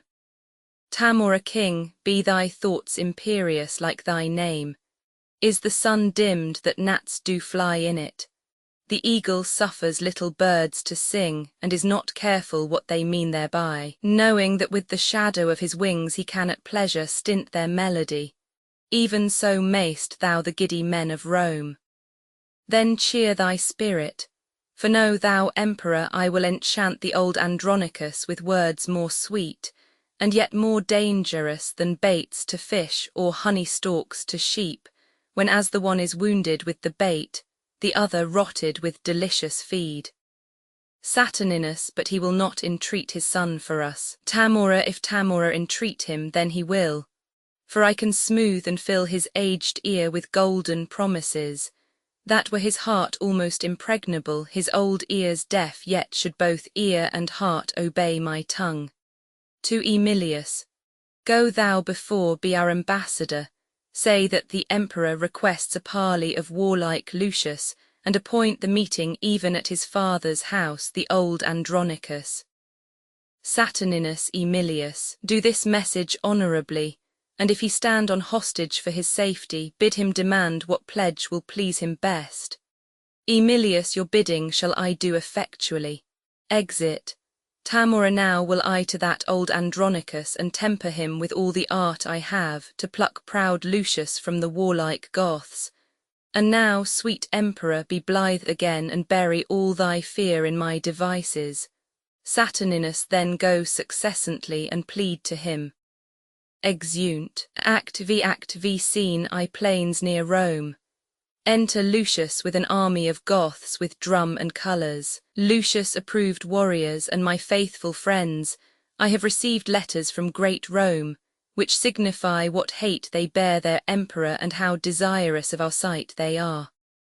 Therefore, great lords, be as your titles witness, imperious and impatient of your wrongs, and wherein Rome hath done you any scath, let him make treble satisfaction. First Goth brave slip, sprung from the great Andronicus, whose name was once our terror, now our comfort, whose high exploits and honourable deeds ingrateful Rome requites with foul contempt, be bold in us. We'll follow where thou leadst, like stinging bees in hottest summer's day led by their master to the flowered fields, and be avenged on cursed Tamora. All the Goths, and as he saith, so say we all with him. Lucius, I humbly thank him, and I thank you all. But who comes here led by a lusty Goth? Enter a Goth, leading Aaron with his child in his arms. Second Goth, renowned Lucius, from our troops I strayed to gaze upon a ruinous monastery. And as I earnestly did fix mine eye upon the wasted building, suddenly I heard a child cry underneath a wall. I made unto the noise, when soon I heard the crying babe controlled with this discourse. Peace, tawny slave, half me and half thy dam. Did not thy Hubere, whose brat thou art, had nature lent thee but thy mother's look, villain, thou mightst have been an emperor, but where the bull and cow are both milk-white, they never do beget a coal-black calf. Peace, villain, peace. Even thus he rates the babe, for I must bear thee to a trusty Goth, who, when he knows thou art the empress babe, will hold thee dearly for thy mother's sake. With this, my weapon drawn, I rushed upon him, surprised him suddenly, and brought him hither, to use as you think needful of the man. Lucius, O worthy Goth, this is the incarnate devil that robbed Andronicus of his good hand. This is the pearl that pleased your empress eye, and here's the base fruit of his burning lust. Say, wall-eyed slave, whither wouldst thou convey this growing image of thy fiend-like face? Why dost not speak? What deaf, not a word, a halter soldiers, hang him on this tree, and by his side his fruit of bastardy. Aaron, touch not the boy, he is of royal blood, Lucius too like the sire for ever being good. First hang the child that he may see it sprawl, a sight to vex the father's soul withal. Get me a ladder brought which Aaron is made to ascend. Aaron, Lucius, save the child, and bear it from me to the empress. If thou do this, I'll show thee wondrous things that highly may advantage thee to hear. If thou wilt not befall what may befall, I'll speak no more, but vengeance rot you all. Lucius, say on. And if it please me which thou speak'st, thy child shall live, and I will see it nourished. Aaron, and if it please thee, why, assure thee, Lucius, 'twill vex thy soul to hear what I shall speak. For I must talk of murders, rapes, and massacres, acts of black night, abominable deeds, complots of mischief, treason, villainies ruthful to hear, yet piteously performed. And this shall all be buried by my death, unless thou swear to me my child shall live. Lucius, tell on thy mind, I say thy child shall live. Aaron, swear that he shall, and then I will begin. Lucius, who should I swear by? Thou believest no God, that granted, how canst thou believe an oath? Aaron, what if I do not? As indeed I do not. Yet, for I know thou art religious, and hast a thing within thee called conscience, with 20 popish tricks and ceremonies, which I have seen thee careful to observe, therefore I urge thy oath. For that I know an idiot holds his bauble for a god, and keeps the oath which by that god he swears. To that I'll urge him. Therefore thou shalt vow by that same God, what God soe'er it be that thou adorest, and haste in reverence to save my boy, to nourish and bring him up, or else I will discover naught to thee. Lucius, even by my God I swear to thee I will. Aaron, first know thou I begot him on the Empress. Lucius, O most insatiate and luxurious woman. Aaron, tut, Lucius, this was but a deed of charity to that which thou shalt hear of me anon. 'Twas her 2 sons that murdered Bassianus. They cut thy sister's tongue, and ravished her, and cut her hands, and trimmed her as thou saw'st. Lucius, O detestable villain, call'st thou that trimming? Aaron, why, she was washed and cut and trimmed, and 'twas trim sport for them that had the doing of it. Lucius, O barbarous, beastly villains like thyself. Aaron, indeed, I was their tutor to instruct them. That codding spirit had they from their mother, as sure a card as ever won the set. That bloody mind, I think, they learned of me, as true a dog as ever fought at head. Well, let my deeds be witness of my worth. I trained thy brethren to that guileful hole where the dead corpse of Bassianus lay. I wrote the letter that thy father found, and hid the gold within the letter mentioned, confederate with the queen and her 2 sons. And what not done that thou hast cause to rue, wherein I had no stroke of mischief in it. I played the cheater for thy father's hand, and when I had it, drew myself apart, and almost broke my heart with extreme laughter. I pried me through the crevice of a wall when, for his hand, he had his 2 sons' heads, beheld his tears, and laughed so heartily that both mine eyes were rainy like to his. And when I told the Empress of this sport, she swooned almost at my pleasing tale, and for my tidings gave me 20 kisses. First Goth, what, canst thou say all this and never blush? Aaron, I, like a black dog, as the saying is. Lucius, art thou not sorry for these heinous deeds? Aaron, I, that I had not done 1,000 more. Even now I curse the day. And yet, I think, few come within the compass of my curse, wherein I did not some notorious ill, as kill a man, or else devise his death, ravish a maid, or plot the way to do it, accuse some innocent and forswear myself, set deadly enmity between 2 friends, make poor men's cattle break their necks, set fire on barns and haystacks in the night, and bid the owners quench them with their tears. Oft have I digged up dead men from their graves, and set them upright at their dear friends' doors, even when their sorrows almost were forgot. And on their skins, as on the bark of trees, have with my knife carved in Roman letters, "Let not your sorrow die, though I am dead." Tut! I have done 1,000 dreadful things as willingly as one would kill a fly, and nothing grieves me heartily indeed but that I cannot do 10,000 more. Lucius, bring down the devil, for he must not die so sweet a death as hanging presently. Aaron, if there be devils, would I were a devil, to live and burn in everlasting fire, so I might have your company in hell but to torment you with my bitter tongue. Lucius, sirs, stop his mouth, and let him speak no more. Enter a Goth. Third Goth, my lord, there is a messenger from Rome desires to be admitted to your presence. Lucius, let him come near. Enter Aemilius. Welcome, Aemilius, what's the news from Rome? Aemilius, Lord Lucius, and you princes of the Goths, the Roman emperor greets you all by me, and for he understands you are in arms, he craves a parley at your father's house, willing you to demand your hostages, and they shall be immediately delivered. First Goth, what says our general? Lucius, Aemilius, let the emperor give his pledges unto my father and my uncle Marcus, and we will come. March away. Exeunt, scene Roman 2 Rome, before Titus's house. Enter Tamora, Demetrius, and Chiron disguised. Tamora thus, in this strange and sad habiliment, I will encounter with Andronicus, and say I am Revenge, sent from below to join with him and right his heinous wrongs. Knock at his study where they say he keeps to ruminate strange plots of dire revenge. Tell him Revenge is come to join with him and work confusion on his enemies. They knock. Enter Titus above. Titus, who doth molest my contemplation. Is it your trick to make me ope the door, that so my sad decrees may fly away and all my study be to no effect? You are deceived.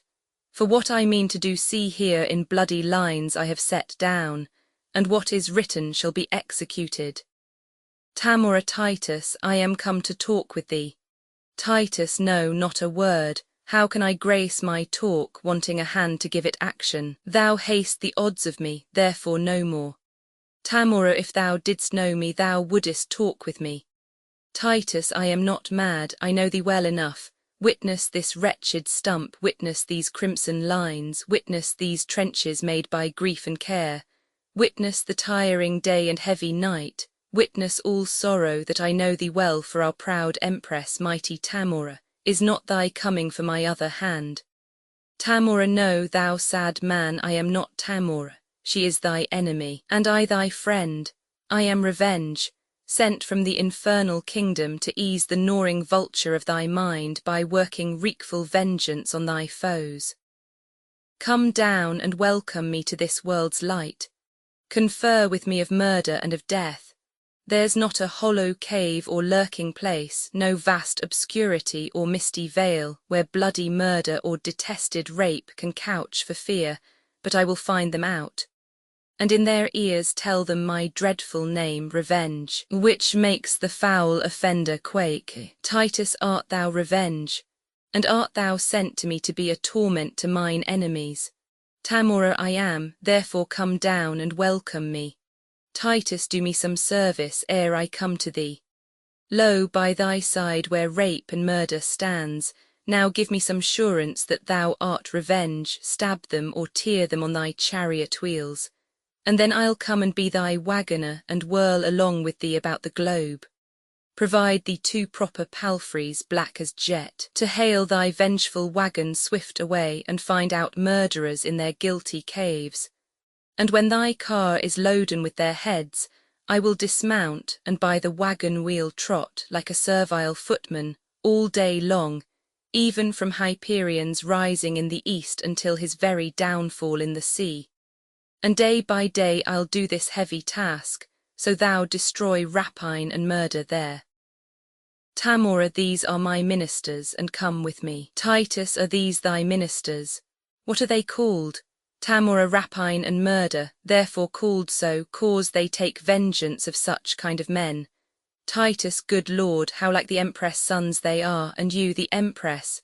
But we worldly men have miserable, mad, mistaking eyes. O sweet Revenge, now do I come to thee, and if one arm's embracement will content thee, I will embrace thee in it by and by. Exit above. Tamora, this closing with him fits his lunacy. Whate'er I forge to feed his brain-sick fits, do you uphold and maintain in your speeches, for now he firmly takes me for Revenge. And being credulous in this mad thought, I'll make him send for Lucius his son. And whilst I at a banquet hold him sure, I'll find some cunning practice out of hand, to scatter and disperse the giddy Goths, or at the least make them his enemies. See, here he comes, and I must ply my theme. Enter Titus below. Titus, long have I been forlorn, and all for thee. Welcome, dread fury, to my woeful house. Rapine and murder, you are welcome too. How like the Empress and her sons you are. Well are you fitted, had you but a Moor, could not all hell afford you such a devil. For well I wot the Empress never wags, but in her company there is a Moor. And would you represent our queen aright, it were convenient you had such a devil. But welcome as you are. What shall we do? Tamora, what wouldst thou have us do? Andronicus. Demetrius, show me a murderer, I'll deal with him. Chiron, show me a villain that hath done a rape, and I am sent to be revenged on him. Tamora, show me 1,000 that have done thee wrong, and I will be revenged on them all. Titus, look round about the wicked streets of Rome, and when thou find'st a man that's like thyself, good murder, stab him, he's a murderer. Go thou with him, and when it is thy hap to find another that is like to thee, good rapine, stab him, he's a ravisher. Go thou with them, and in the emperor's court there is a queen attended by a Moor. Well mayst thou know her by thy own proportion, for up and down she doth resemble thee.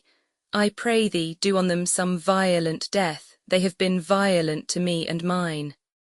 Tamora, well hast thou lessoned us, this shall we do. But would it please thee, good Andronicus, to send for Lucius, thy thrice valiant son, who leads towards Rome a band of warlike Goths, and bid him come and banquet at thy house? When he is here, even at thy solemn feast, I will bring in the Empress and her sons, the Emperor himself, and all thy foes.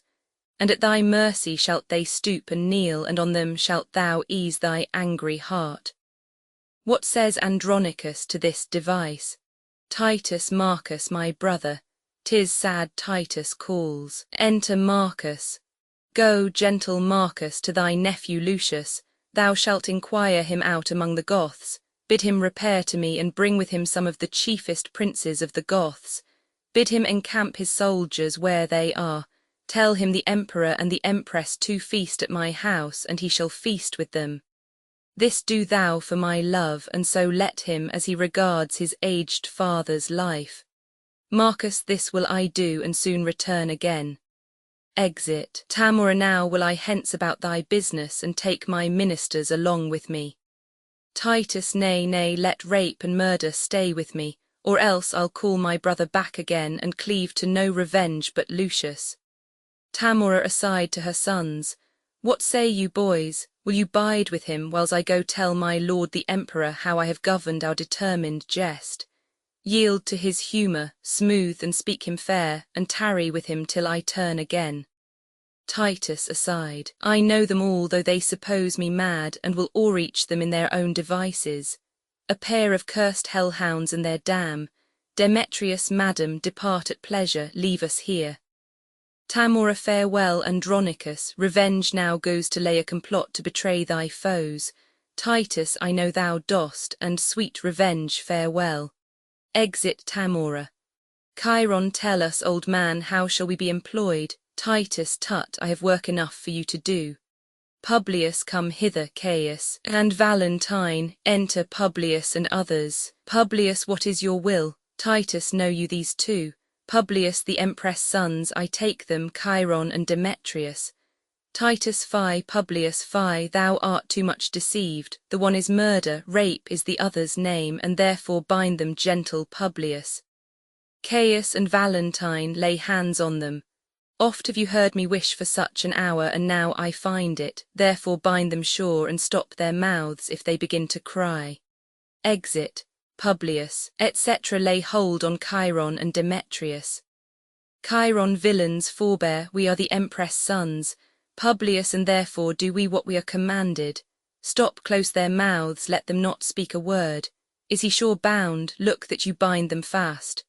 Re-enter Titus with Lavinia, he bearing a knife and she a basin. Titus, come, come, Lavinia, look, thy foes are bound. Sirs, stop their mouths, let them not speak to me, but let them hear what fearful words I utter. O villains, Chiron and Demetrius, here stands the spring whom you have stained with mud, this goodly summer with your winter mixed. You killed her husband, and for that vile fault 2 of her brothers were condemned to death, my hand cut off and made a merry jest. Both her sweet hands, her tongue, and that more dear than hands or tongue, her spotless chastity, inhuman traitors, you constrained and forced. What would you say if I should let you speak? Villains, for shame you could not beg for grace. Hark, wretches, how I mean to martyr you. This one hand yet is left to cut your throats, whilst that Lavinia 'tween her stumps doth hold the basin that receives your guilty blood. You know your mother means to feast with me, and calls herself Revenge, and thinks me mad. Hark, villains, I will grind your bones to dust, and with your blood and it I'll make a paste, and of the paste a coffin I will rear, and make 2 pasties of your shameful heads, and bid that strumpet, your unhallowed dam, like to the earth swallow her own increase. This is the feast that I have bid her to, and this the banquet she shall surfeit on. For worse than Philomel you used my daughter, and worse than Progny I will be revenged, and now prepare your throats. Lavinia, come, he cuts their throats. Receive the blood, and when that they are dead, let me go grind their bones to powder small, and with this hateful liquor temper it, and in that paste let their vile heads be baked. Come, come, be every one officious to make this banquet, which I wish may prove more stern and bloody than the centaur's feast. So now bring them in, for I'll play the cook, and see them ready gainst their mother comes. Exeunt, bearing the dead bodies. Scene Roman 3 court of Titus's house. A banquet set out. Enter Lucius, Marcus, and Goths with Aaron prisoner. Lucius' uncle Marcus, since it is my father's mind that I repair to Rome, I am content. First Goth and ours with thine, befall what fortune will. Lucius, good uncle, take you in this barbarous Moor, this ravenous tiger, this accursed devil. Let him receive no sustenance, fetter him, till he be brought unto the Empress' face, for testimony of her foul proceedings, and see the ambush of our friends be strong. I fear the Emperor means no good to us. Aaron, some devil whisper curses in mine ear, and prompt me that my tongue may utter forth the venomous malice of my swelling heart. Lucius, away, inhuman dog, unhallowed slave. Sirs, help our uncle to convey him in. Exeunt Goths with Aaron. Flourish within. The trumpets show the emperor is at hand. Enter Saturninus and Tamora with Aemilius, tribunes, senators, and others. Saturninus, what, hath the firmament more sons than one? Lucius, what boots it thee to call thyself a son? Marcus, Rome's emperor and nephew, break the parle. These quarrels must be quietly debated. The feast is ready, which the careful Titus hath ordained to an honourable end, for peace, for love, for league, and good to Rome. Please you therefore draw nigh and take your places. Saturninus, Marcus, we will. Hautboys sound. The company sit down at table. Enter Titus, dressed like a cook, Lavinia veiled, young Lucius, and others. Titus places the dishes on the table.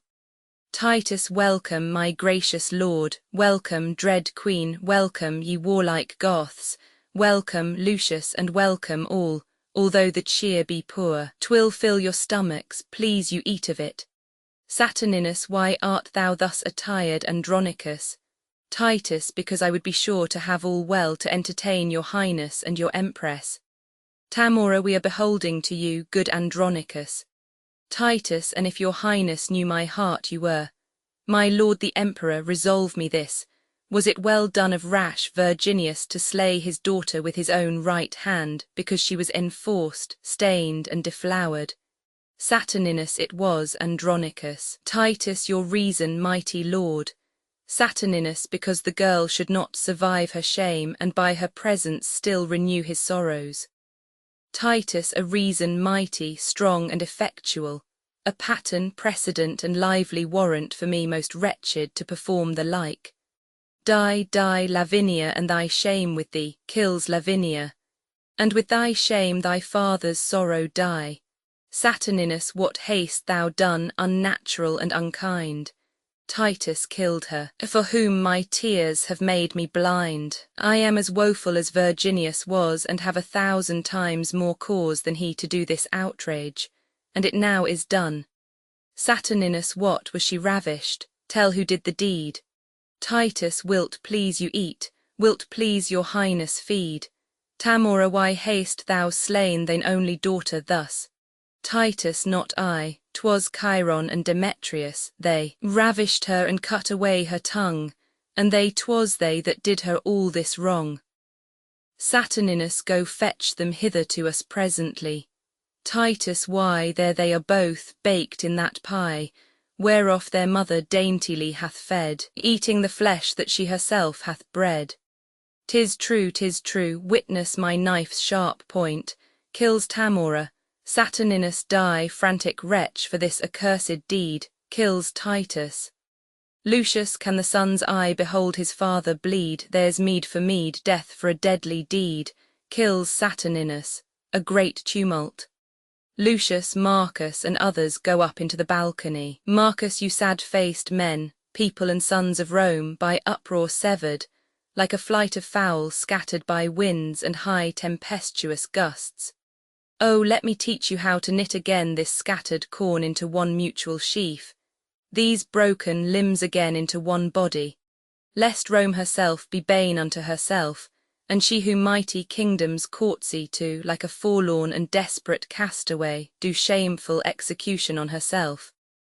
But if my frosty signs and chaps of age, grave witnesses of true experience, cannot induce you to attend my words, to Lucius, speak, Rome's dear friend, as erst our ancestor, when with his solemn tongue he did discourse to love-sick Dido's sad attending ear the story of that baleful burning night when subtle Greeks surprised King Priam's Troy. Tell us what Sinon hath bewitched our ears, or who hath brought the fatal engine in that gives our Troy, our Rome, the civil wound. My heart is not compact of flint nor steel, nor can I utter all our bitter grief, but floods of tears will drown my oratory, and break my utterance, even in the time when it should move you to attend me most, lending your kind commiseration. Here is a captain, let him tell the tale. Your hearts will throb and weep to hear him speak. Lucius, then, noble auditory, be it known to you that cursed Chiron and Demetrius were they that murdered our emperor's brother, and they it were that ravished our sister. For their fell faults our brothers were beheaded, our fathers' tears despised and basely cozened, of that true hand that fought Rome's quarrel out and sent her enemies unto the grave. Lastly, myself unkindly banished, the gates shut on me and turned weeping out to beg relief among Rome's enemies, who drowned their enmity in my true tears and oped their arms to embrace me as a friend. I am the turned forth, be it known to you, that have preserved her welfare in my blood, and from her bosom took the enemy's point, sheathing the steel in my adventurous body. Alas, you know I am no vaunter, my scars can witness, dumb although they are, that my report is just and full of truth. But soft, methinks I do digress too much, citing my worthless praise. Oh, pardon me, for when no friends are by, men praise themselves. Marcus, now is my turn to speak. Behold this child, pointing to the child in the arms of an attendant. Of this was Tamora delivered, the issue of an irreligious Moor, chief architect and plotter of these woes. The villain is alive in Titus' house, and as he is to witness this is true. Now judge what cause had Titus to revenge these wrongs, unspeakable, past patience, or more than any living man could bear. Now you have heard the truth, what say you? Romans, have we done aught amiss? Show us wherein, and from the place where you behold us now, the poor remainder of Andronicus will, hand in hand, all headlong cast us down, and on the ragged stones beat forth our brains and make a mutual closure of our house. Speak, Romans, speak, and if you say we shall, lo, hand in hand, Lucius and I will fall. Emilius, come, thou reverend man of Rome, and bring our emperor gently in thy hand, Lucius our emperor, for well I know the common voice do cry it shall be so. All Lucius, all hail, Rome's royal emperor. Marcus, go into old Titus' sorrowful house to attendance, and hither hail that misbelieving Moor to be adjudged some direful slaughtering death as punishment for his most wicked life. Exeunt attendants. Lucius, Marcus, and the others descend. All Lucius, all hail Rome's gracious governor. Lucius thanks, gentle Romans, may I govern so to heal Rome's harms and wipe away her woe. But gentle people, give me aim a while, for nature puts me to a heavy task. Stand all aloof, but uncle, draw you near, to shed obsequious tears upon this trunk. Oh, take this warm kiss on thy pale cold lips, kissing Titus, these sorrowful drops upon thy blood-stained face, the last true duties of thy noble son. Marcus, tear for tear, and loving kiss for kiss, thy brother Marcus tenders on thy lips. Oh, were the sum of these that I should pay countless and infinite, yet would I pay them.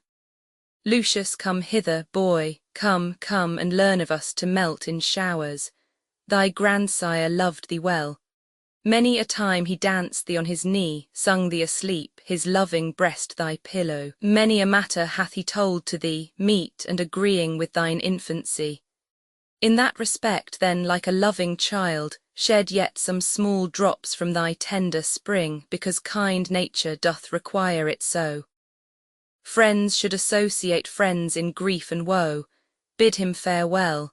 Commit him to the grave, do him that kindness, and take leave of him. Young Lucius, O grandsire, even with all my heart would I were dead, so you did live again. O Lord, I cannot speak to him for weeping, my tears will choke me if I ope my mouth. Re-enter attendants with Aaron. Emilius, you sad Andronicus, have done with woes. Give sentence on this execrable wretch that hath been breeder of these dire events. Lucius, set him breast deep in earth and famish him. There let him stand and rave and cry for food. If any one relieves or pities him for the offence, he dies.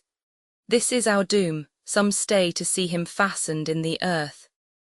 Aaron, oh, why should wrath be mute and fury dumb? I am no baby, I, that with base prayers I should repent the evils I have done. 10,000 worse than ever yet I did would I perform, if I might have my will. If one good deed in all my life I did, I do repent it from my very soul. Lucius, some loving friends convey the emperor hence, and give him burial in his father's grave. My father and Lavinia shall forthwith be closed in our household's monument. As for that heinous tiger, Tamora, no funeral rite, nor man in mourning weeds, no mournful bell shall ring her burial, but throw her forth to beasts and birds of prey. Her life was beast-like and devoid of pity, and being so shall have like want of pity. See justice done on Aaron that damned Moor, by whom our heavy haps had their beginning. Then afterwards to order well the state, that like events may ne'er it ruinate. Exeunt. Colophon Titus Andronicus was published in 1593 by William Shakespeare. This e-book was produced for Standard eBooks by Emma Sweeney, and is based on a transcription produced in 1993 by Jeremy Hilton for the Massachusetts Institute of Technology, and on digital scans from the Hathai Trust Digital Library. The cover page is adapted from Tereus confronted with the head of his son Italus, a painting completed in 1638 by Peter Paul Rubens. The cover and title pages feature the League Spartan and Sorts Mill Gaudi typefaces created in 2014 and 2009 by the League of Movable Type. This edition was released on June 30, 2026, 248 A.M.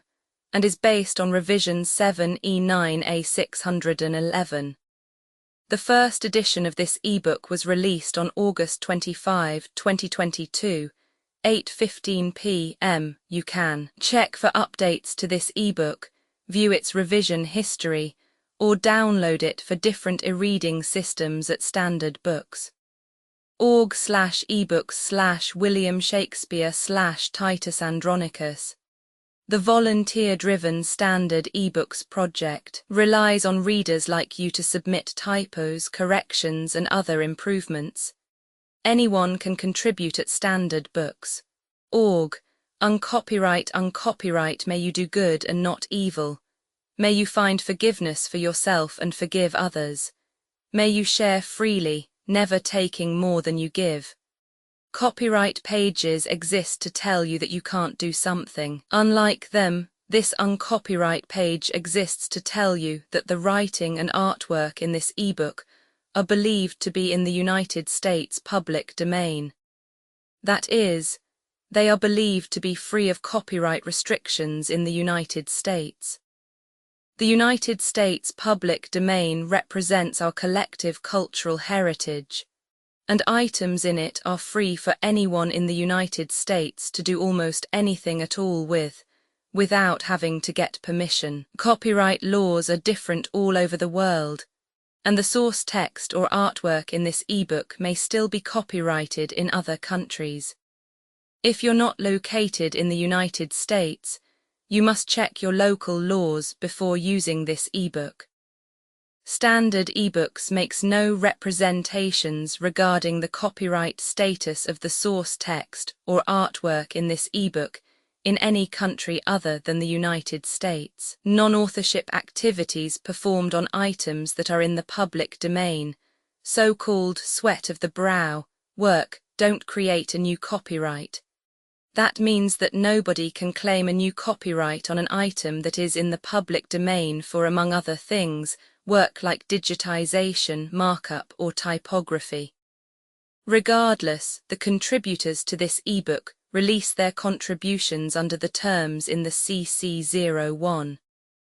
0 Universal Public Domain Dedication, thus dedicating to the worldwide public domain all of the work they've done on this ebook, including but not limited to metadata, the title page, imprint, colophon, this uncopyright, and any changes or enhancements to, or markup on, the original text and artwork. This dedication doesn't change the copyright status of the source text or artwork. We make this dedication in the interest of enriching our global cultural heritage, to promote free and libre culture around the world, and to give back to the unrestricted culture that has given all of us so much.